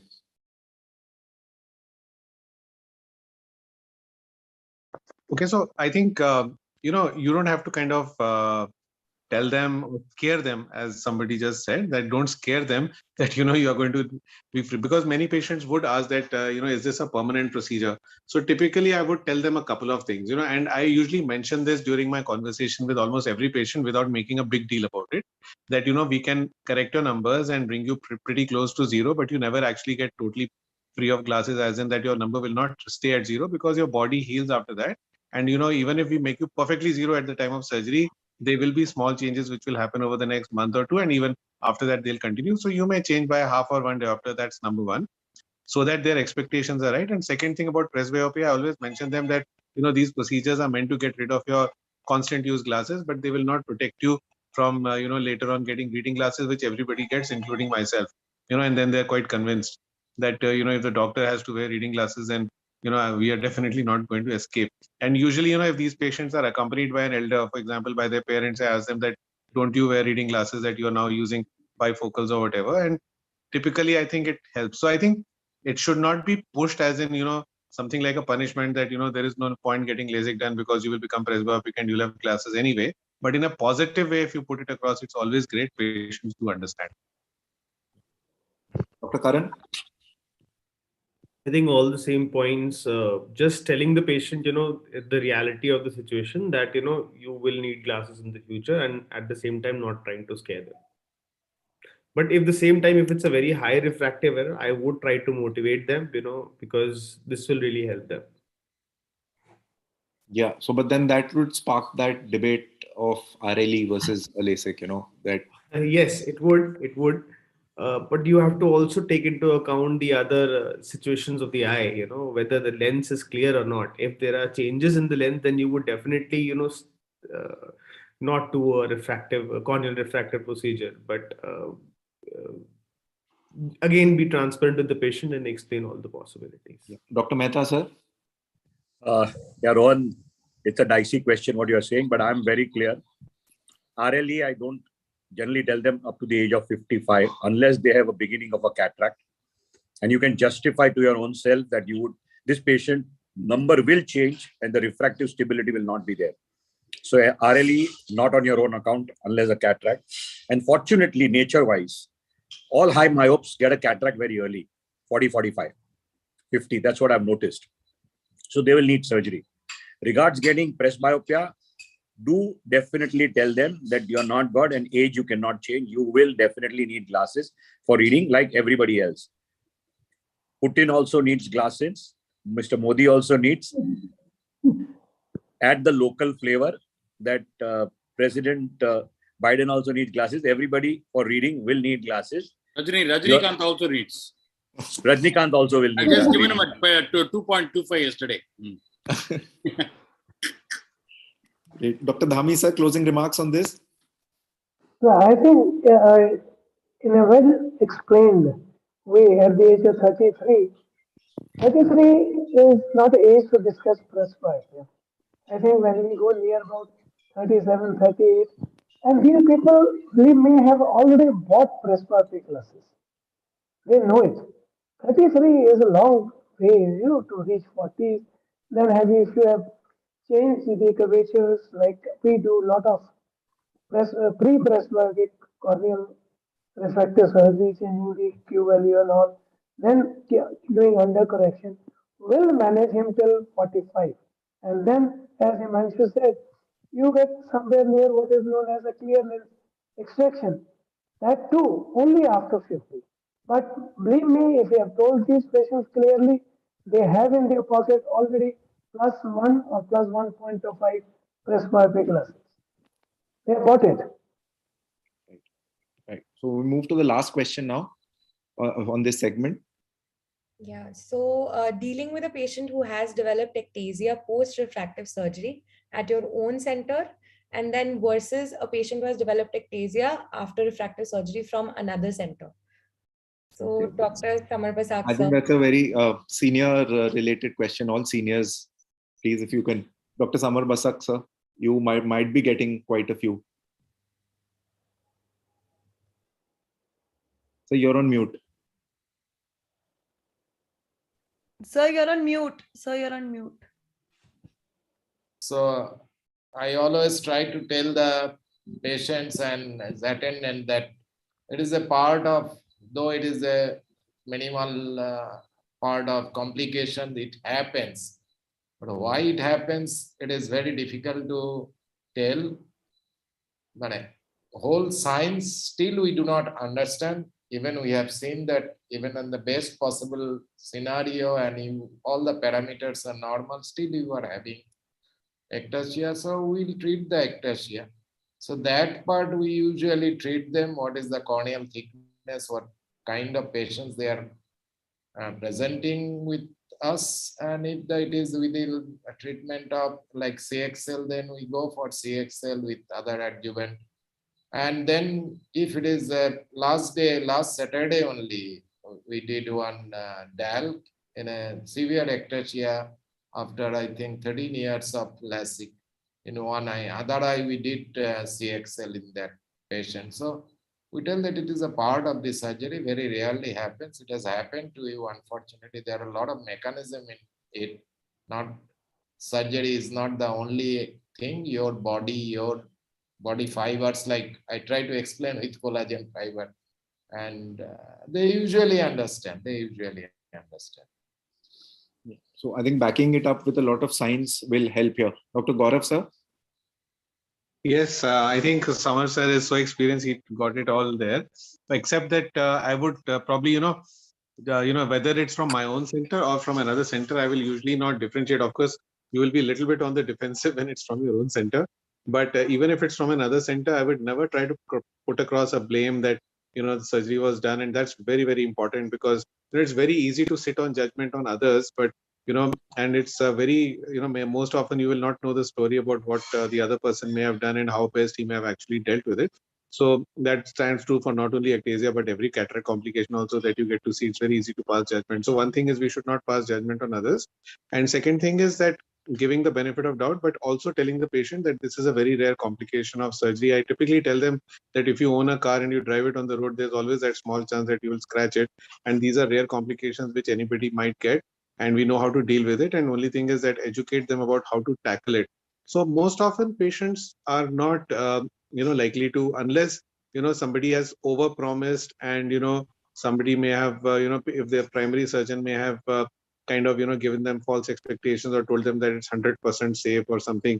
Patient will typically not blame their surgeon if you have been careful in explaining how it kind of happens and then dealing with it. I think most important thing is you have to first, even if it's your own ectasia, you should be obviously, a kind of understanding of the patient's concerns and then do your best. And if they see that you're doing your best to handle it and being transparent and telling them about what's going on, in the end, it all falls into place and they will not really blame you. So the thing is that you try to explain more, use more of scientific terms in these cases. Like we had an opportunity or maybe a mishaps from our colleague that long time back, we got 10 nocardia infection, 10 in a row, and the same day, nocardia infection from a center and all referred to me after doing Lasik. So how do I counsel them? So it is very difficult job, but I can only explain scientifically only that there is a corneal abrasion for any infection. Abrasion is that a Lasik is a kind of corneal trauma, and there are organism in the environment, so it is unfortunately it happens to you. But we have to treat them.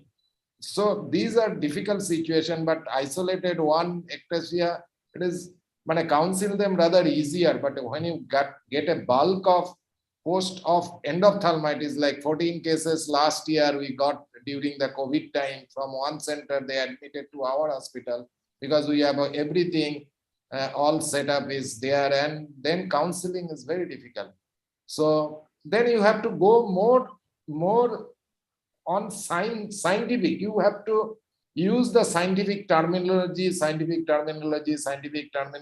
to actually divert their attention. No, it is not the fault in the OT or not in the fault in the surgeon themselves. It is happened. It is the organism is in the environment. So different ways you have to explain. Right. So we move to the last segment now. That is glaucoma. And I request Dr. Pooja to take over, please. We move on to our last segment. We welcome our glaucoma specialist, Dr. Amit Porwal, currently a senior consultant in health glaucoma services at Choitaram Netralaya, Indore. He has been a glaucoma and cataract surgeon since the last 20 plus years. Along with him, we have Dr. Shail Vasavda, an anterior segment surgeon at Raghudeep Hospital.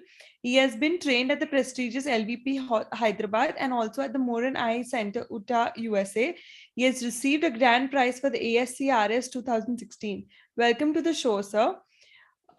We start with the first question is, how do you convince a patient for repeat perimetry to track progression? How to justify that there's no change in treatment, but we require you to, completely and do the perimetry every time? Dr. Porwal, sir. Amit, sir. So basically, performing perimetry itself is very tedious. And there's always the reluctance to the patient side when we tell them to perform a perimetry. So when you perform the first perimetry itself, counsel the patient by saying that this test, the result of this test depends on how you perform it and how attentive you become. And the first the first perimetry what you perform won't be a perfect one. It's a learning curve. You need to perform at least 5 to 6 perimetry in a period of 2 years. Then we'll come to know how much is the visual loss you are having or not. So initially, only if you explain him this that he will need this many perimetries, then further counseling for repeat perimetry becomes very easy. If you don't tell him about the effects of perimetry, now the patient performs a perimetry, you get the report and you say it's a learning curve, and you might discuss with the optometrist in front of the patient that this is not a proper perimetry, we need to repeat it. The patient gets psyched out because for him it is very tedious. If any of you all get yourself a perimetry done by yourself, you will realize how much tedious it is. It is not an easy to get a perimetry to do a perimetry test. So get yourself done first, and then you will realize how to counsel the patient. So best thing to motivate the patient is tell him beforehand he will need this many amount of test in this period of years, and also clinically we are not able to see progression unless and until there is a structural change which we appreciate clinically on examination. And there will be always a dicey question. We explain to the patient that glaucoma is not only what I see, glaucoma is what I see, what I record. Then two tests, that is OCT and the field, the structure and the functional test, which you have to perform. And then we correlate all this, and then we schedule your treatment or further plan of management, or when your follow-up is required, or when further tests are required. So glaucoma is a field where you have to spend time with the patient to counsel him, because glaucoma is usually detected by chance when the patient walks into a chamber. So first, the resistance come at the first step only. When you tell the patient you have glaucoma, you will tell, अरे चश्मे का number लेना है तो साला कौन सी बीमारी बता दी हमको, हम तो बिल्कुल नॉर्मल थे, हम तो दूसरे डॉक्टर के पास जा रहे. ठीक है, प्लीज गो अहेड, बट ये दिमाग में रखना, जब आप फिजिशियन के पास जाते हो बुखार लेके, you have fever, but then the physician says your BP is high, sugar check करा लो, डॉक्टर साहब मेरे को शुगर नहीं थी अभी आ गई. So these are all the questions, you examples you quote to the patient and convince him, and I'm sure the patient gets convinced. So, but you recommend a perimetry on every visit, or you no, not on, or depending on the patient? It is not on every visit. The perimetry depends on the amount of glaucomatous damage, on the IQ of the patient also, because I get all sorts of patients. I get illiterate patients, I get old patients, I get really old patients, I get young patients also. So there's no hard and fast rule that 2 plus 2 is 4. Okay. It's a customized treatment for every patient who enters into my chamber. I think because diabetes is so common in Gujarat and in Ahmedabad, I always counsel patients of perimetry like HbA1c. So I tell them that, sometimes you may measure your sugar, it may be high, and you may give an excuse that I just ate something, or there's a festival, or शादी में गए थे तो बहुत खा लिया. But if your HbA1c is high, that means your control rest of the months is not good. So similarly, I tell them that although we measure IOP, when you come to the clinic, it's only one reading. So that may be 2 more or 2 less. But what's happening during the other part of the time, that we can judge only by your perimetry or your functional changes that are occurring. And if your function is deteriorating, that would make us believe that this treatment that we are giving, although the IOP so-called maybe normal or higher normal, is still not enough for us, for your eye. And maybe we may have to change our treatment. So I find the corollary of HbA1c very useful in counseling them for repeat perimetries. On a lighter note, I'll just say, एक बार perimetry करते करते मैं सो गया था. Yeah, that's true. I'm telling you. It's bad. जब तक खुद के ऊपर perimetry नहीं करोगे, तब तक patient को counsel नहीं कर पाओगे. No, the learning curve is quite high. I have done it myself. I was not accurate the first time either. So, and I got tired doing it one eye. I mean, to do 2 eyes on a consecutive period. Also, always remember that a glaucoma patient, it's a chronic disease. I mean, there's a cost involved to that particular disease. So he needs to spend money for his medicines. Every time he comes to the doctor's visit, old age, they are dependent financially on the kids, or they have a limited financial planning. So you have to explain them that whenever you come, it is not that every time I'll get all these three tests done. It's IOP, OCT, CCT, and the visual fields. But these all tests are necessary so that we have a combination of all this and then decide what has to be taken. But doesn't mean that every visit I'll be performing all these tests. Only thing which I will be performing is I need 5 to 6 fields over a span of 2 years. OCT might be once in 2 years or once in a year, or depends on the amount of damage what you have. Why I need OCT? Why I need CCT? Why I need visual fields? You should explain this to the patient. What is the importance of this test? Once it is understood, now I have patients now who walk into my chamber. Sir, 6 महीने हो गए perimetry करना है, इसलिए आया हूँ. So this is the way patients will come back to you and ask. And regarding the IOP, they should be made aware. If not for me, आप दूर से आ रहे हो, मेरे पास नहीं आ पाओगे. कभी भी कोई डॉक्टर के आँख के डॉक्टर के पास जाते हो, you have any problem in the eyes, just remember to tell that particular doctor कि please check my IOP and let me know. Eye pressure. जैसे when you go to a physician, he always has a cuff. He always measures a BP. So you have to have an E. You should always tell your doctor, whichever ophthalmologist you go, please check my eye pressure and let me know. Educate him about the eye pressure, and he will be very happy with that. So how do you counsel an underprivileged illiterate patient about glaucoma surgery when you know that there'll be no gain in visual outcome? How do you overcome these challenges? Dr. Shale? Yeah, so I think it's a very difficult question because any surgery that we are doing on the eye, it is mandatory. That is, it is understood that they are going to start seeing better. So first advice is do not operate them in 1 or 2 sittings of consultation. So whenever a patient of glaucoma is coming and you realize that the control is not turning up to be as good as you want, start talking to them at one visit, but do not tell them do not operate at that visit or the next visit. Make at least 2, 3, 4 visits. Make sure, and that will also be a test whether this patient is actually coming back or not, because glaucoma surgery is not like cataract. You did one, and even if they come after 1 month or 2 months for one follow-up, that will be enough. That's not how it is going to be working.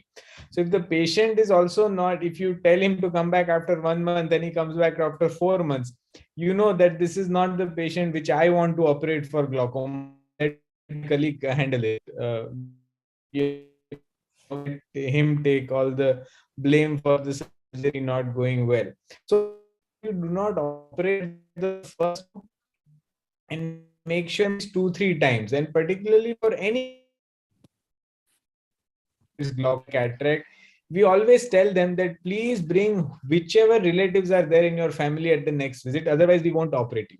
So unless we counsel all the known relatives, they may be coming husband, wife, or just one son, but maybe the daughter is somewhere else, second son is more well off in some city somewhere. So we tell them that whoever are your close relatives who are going to be part with you in your family, please bring them, and we want to talk to all of them before we operate any poor prognosis, whether it's glaucoma or anything.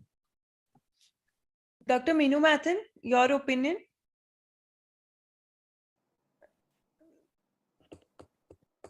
Sorry, I was little off at that time. What was the question? Can you tell me again?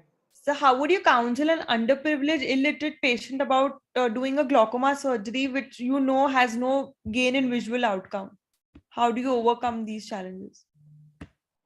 That is actually very difficult to do a glaucoma surgery and charge the patient and have no outcome. But the only problem is that you can tell them the problem of a painful blind eye, and to avoid that and to reduce the burden of the medications which they have to continue on for life, and if they have a difficulty in buying them, buying that is one thing which we can tell it on to the patient, that you may not need to buy costly medications further on, or if you don't use it, you may end up with a painful blind eye which will create much more problems for you later in your life.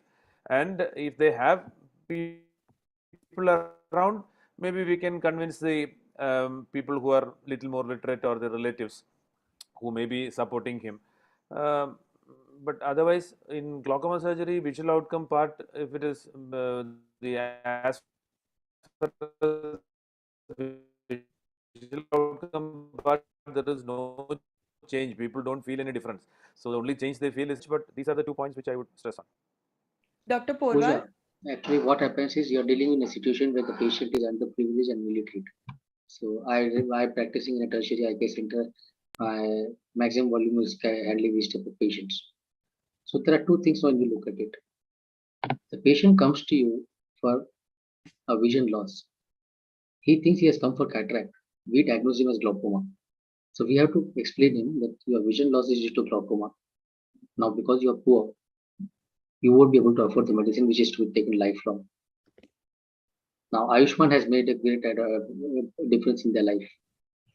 So they agree very fast for surgery because if they have Ayushman, we have an Ayushman tie-up and they agree for surgery. What I'm trying to tell you, we have to counsel them that see, your vision is lost, that's why you come to me. Now, if we don't operate you, whatever is left, that also will disappear slowly. So if you don't want to lose that, you better get operated. And it is not that I do the surgery today and you're free tomorrow and you can go back. It is your eye. You have to come at least 4 or 5 times to show me post-operative. If you agree on that, then only I go ahead with the surgery. If you don't want to undergo the surgery, I can give you the medicine, but mind you, these medicines has to be taken for lifelong till I don't stop you. I don't know whether the availability of the medicine will be possible in your remote tribal area. So when you counsel, if it is only an illiterate old patient who is sitting next to you, she will tell, I want to go back with all my colleagues whom I've come. But if her kids are there, youngsters who's accompanying them, in front of them, if you counsel them, they surely agree to get operated. Nobody wants to put a medicine and have an expenditure of lifelong. They feel surgery is a better, but again, counsel after surgery also, you might need a medicine, a single drop for lifelong also. So you explain them and they do get converted. Especially with the Ayushman thing, life has become more easier for us in the glaucoma department because every underprivileged person has an Ayushman card and TRAP comes under the Ayushman category. So convincing these people has become very easier now.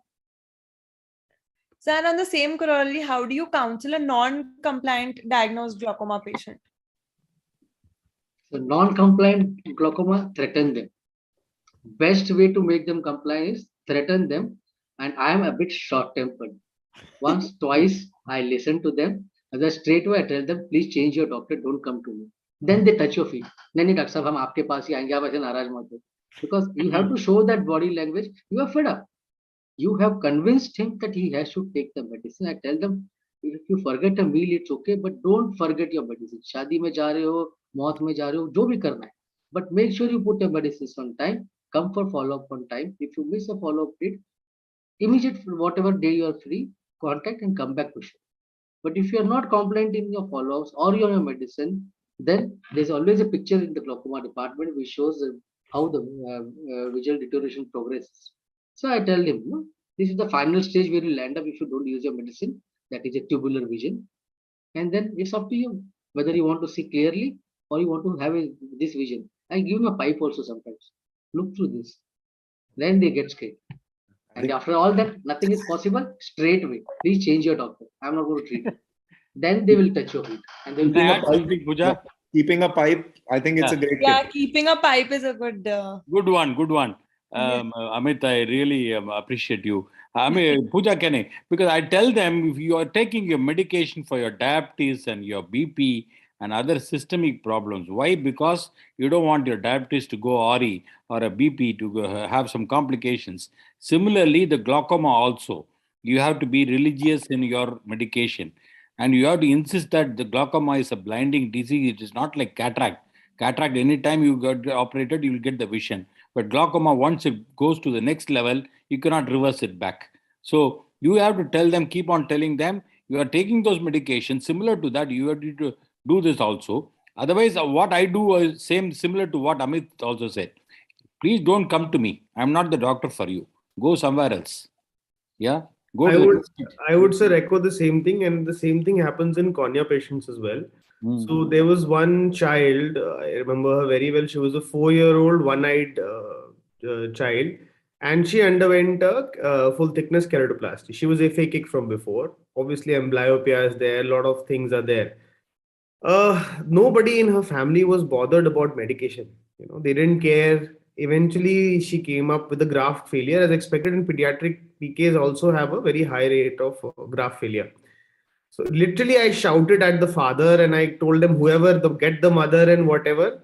And this was not just one episode. Every visit, I would shout because they have not brought the medicines. And the OPD, I'm literally in a way calm. But this patient, I used to lose my my temper, because it's a young girl and she's got her entire life to go, and she's just 4 years old. Eventually, then I did a repeat graft, and after so much of shouting with the patient, now the patient comes. Till I was in Sitapur, used to come with the drops, and graft was clear. She is able to smile. She's identifying my face, and sometimes you have to threaten. That's what I was just trying to echo in such cases. Sometimes we show dissatisfaction. Yeah. Yeah, come on, Yes. Amit. No, sir, please Pictorially, as continue. you said, no, pictorially showing the progression, as you said, that this is what is going to happen to you, and showing fields that this is going to happen to your field, which is to turn black and all those. These are also ways to threaten scientifically people and to remind them that this is going to, rather than telling them you need to put drops, because even if you don't put in between, no, they don't feel any difference. That is the major problem with glaucoma. They don't feel any difference, or nothing happens. So that is why they just conveniently forget. So that is one thing. And what size pipe do you use, Amit? Large pipes won't work. We have to have smaller I just size, give them a size tubular thing, pipe. the camera roll kind of thing, the small button. I tell them to look through that, and you look like that only. And the second thing is, you show them dissatisfaction. If they are not compliant, you have an expression of dissatisfaction on your face, and you tell them clearly once, okay, you counsel, second time you counsel, third visit, if they're not compliant, you just tell them clearly. I mean, I am very rude in that manner. See, I have a name. People believe and trust in me. I have, you can see the crowd outside. There's no place to sit. You have also been waiting for so long.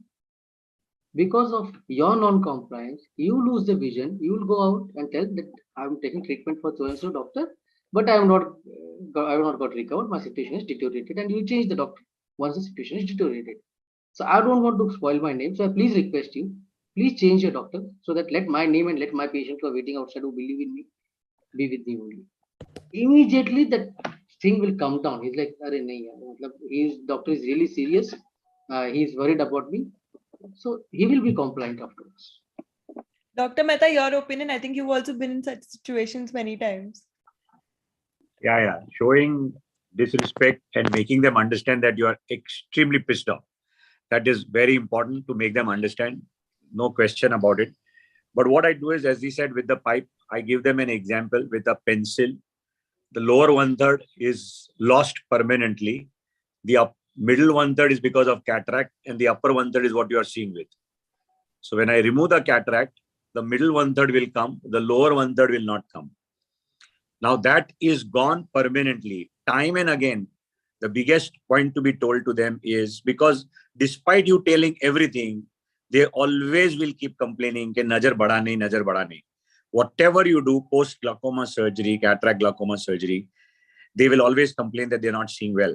So you have to tell them 10 times, and then you can always quote yourself that I told you from the beginning very clearly, and the relatives should be there to listen to that you are not going to get vision. The surgery will possibly stop further deterioration and future blindness. That's it. Moving on to our next question is, how do you counsel a patient who has a strong family history for glaucoma, especially for screening, or you just need to make sure that they are in the right track and they're having the screening done on time if they have a strong family history of glaucoma? Dr. So if I would just tell you one thing quickly on that. I tell them that you are aware that diabetes runs in families, blood pressure runs in families. Then I look at them, your height runs in families, the color of your hair, the color of your eyes, your blood group, everything runs in families. And simultaneously, glaucoma also runs in families. So you better be careful. Tell all your brothers, sisters to go and get examined. You know what I do, Himanshu? Yes, sir. When I have a patient with a narrow angle, and what I do is I ask them how many brothers and sisters you have, and immediately take their numbers and fix up appointments for them. Straight away, fix up appointments for them. Okay, all the family members, if they have a narrow angle, you take the initiative, you take the numbers from them with the patient, and you fix up appointments for them. So that is the only way to, I think, to insist that the emphasize the importance of the family, the checkup for as far as glaucoma is concerned, especially the narrow angles. So I tell them that Raksha Bandhan, best Raksha Bandhan gift that you brothers, sisters can give each other is get yourself examined from any doctor close to wherever in the world you are staying. Yeah. Dr. Shale, your opinion? Yeah, I think Himanshu sir and Mohan sir hit the nail on the head. I think we just have to educate them and tell them, like sir said, that like diabetes and blood pressure, I also use the corollary, like sir said, of body build. You know, some families everyone is tall, in some families everyone is short. Similarly, in some eyes the angles are always narrow, and therefore the aim of screening is to try and prevent anything from happening. So we tell them that if at all any treatment will be required, it will be a preventive treatment so that something doesn't happen and then we treat whatever is already lost. So that's how we try to talk to them. Dr. Dhami, how would you tell a patient that you need to have your family checked and screened for glaucoma? Moment the patient comes, we just ask her, who has come with you? Your brother, your father, or you have a glaucoma suspect. We request them to call their family members. I'd like to see a mother or a father. Then identify that family. Then proceed in that family.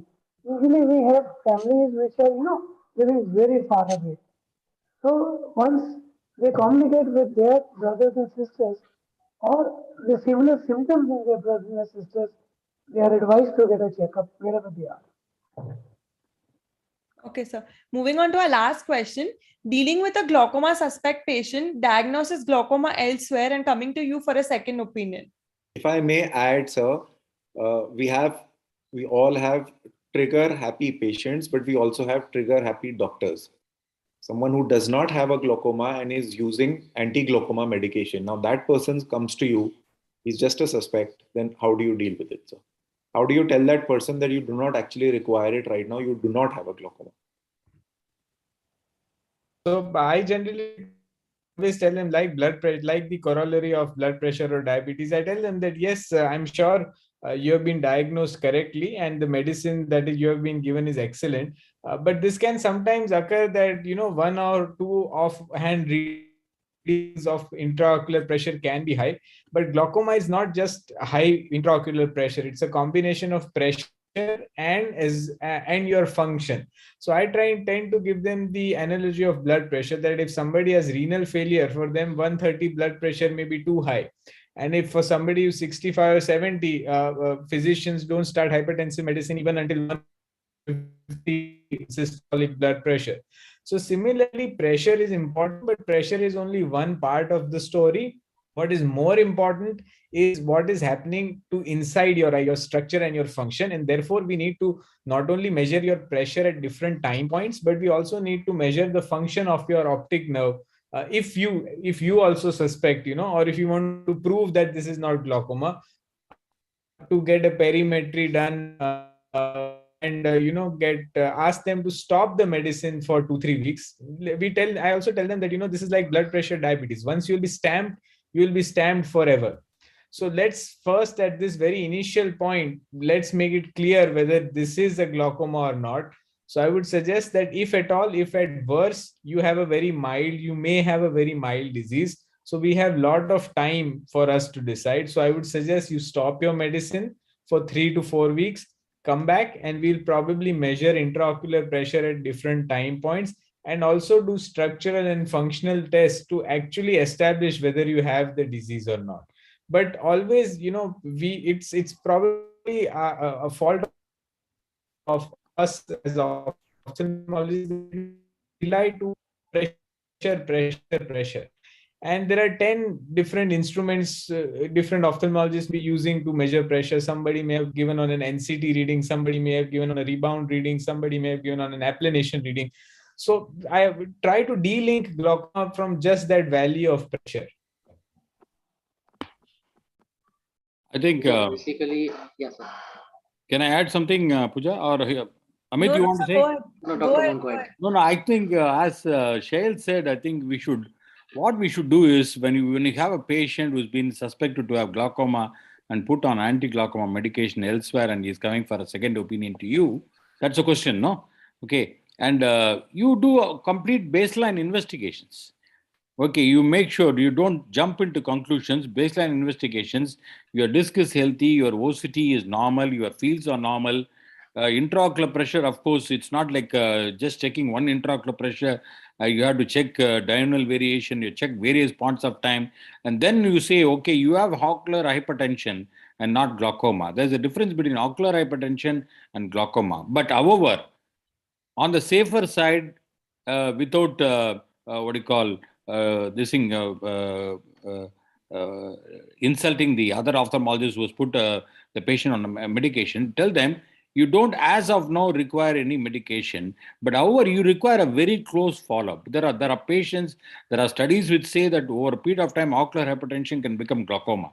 So you need to have a very close follow-up. So insist on that, a very close follow-up, and these patients, you can go off the medication and probably come after a few weeks or 3 or 4 weeks, and then again check the pressure diurnal variation.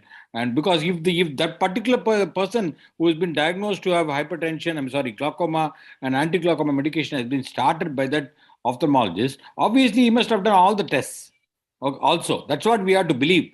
Okay, you can't say that guy is inferior to me, and that's why he has not done any tests and straight away he's put the patient on anti-glaucoma medication. So obviously he's done some tests and put this. So you give importance or credence to that whatever the other ophthalmologist said, and don't jump into conclusions.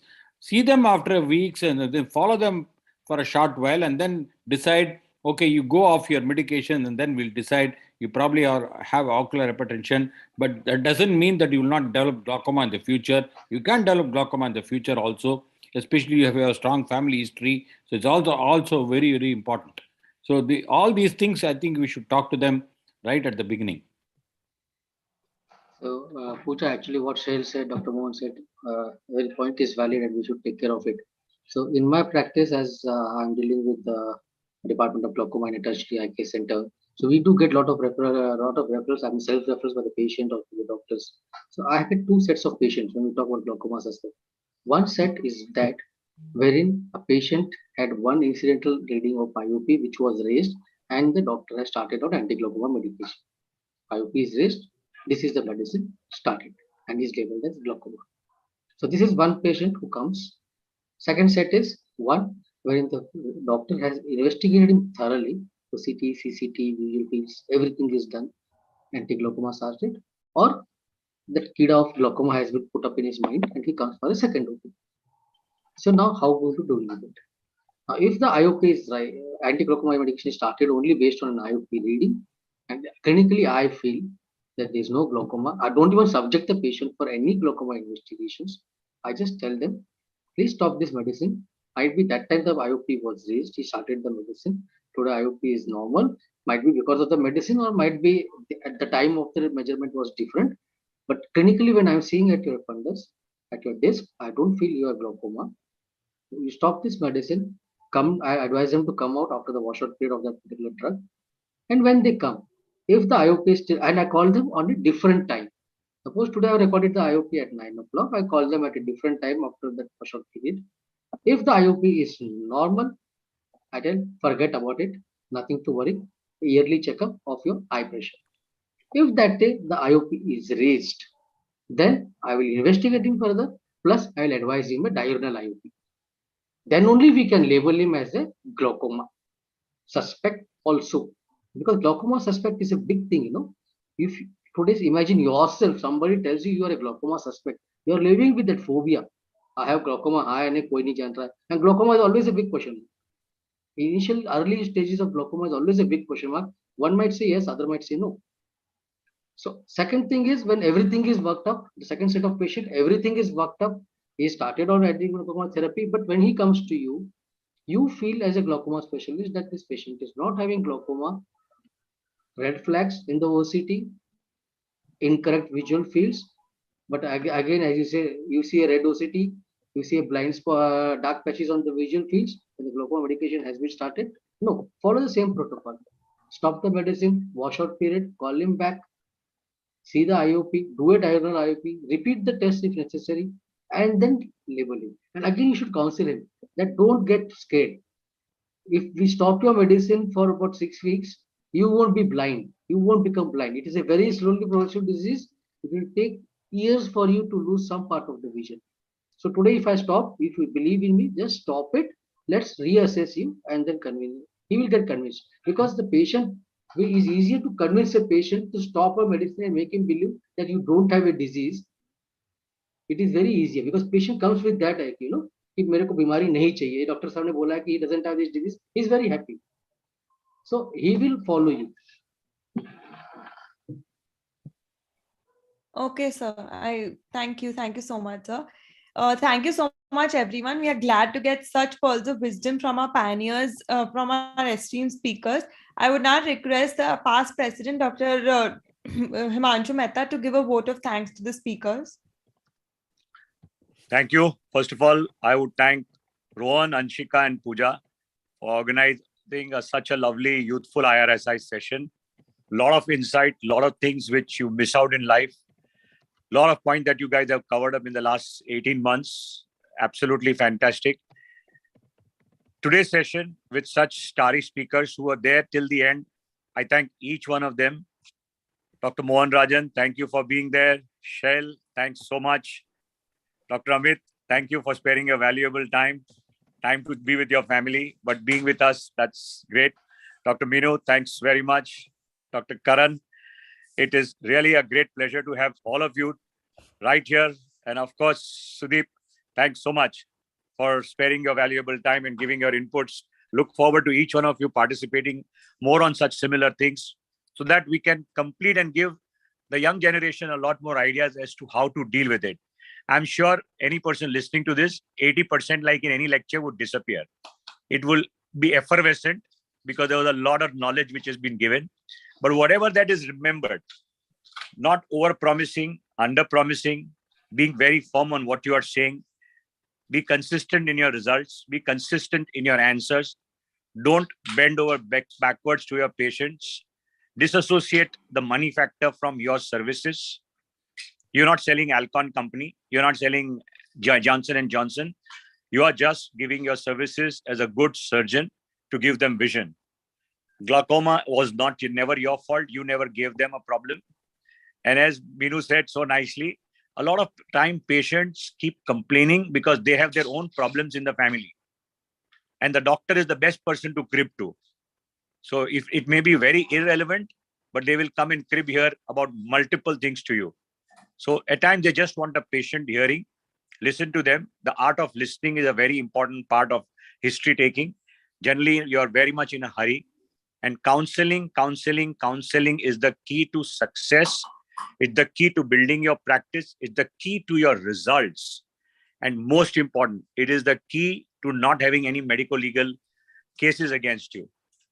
I've had seniors who have said something very clearly, that even in a case where they've had end off, the patient almost touched their feet because there was empathy. They were there with the patient in their bad days. They looked after them, took all proper care and precautions.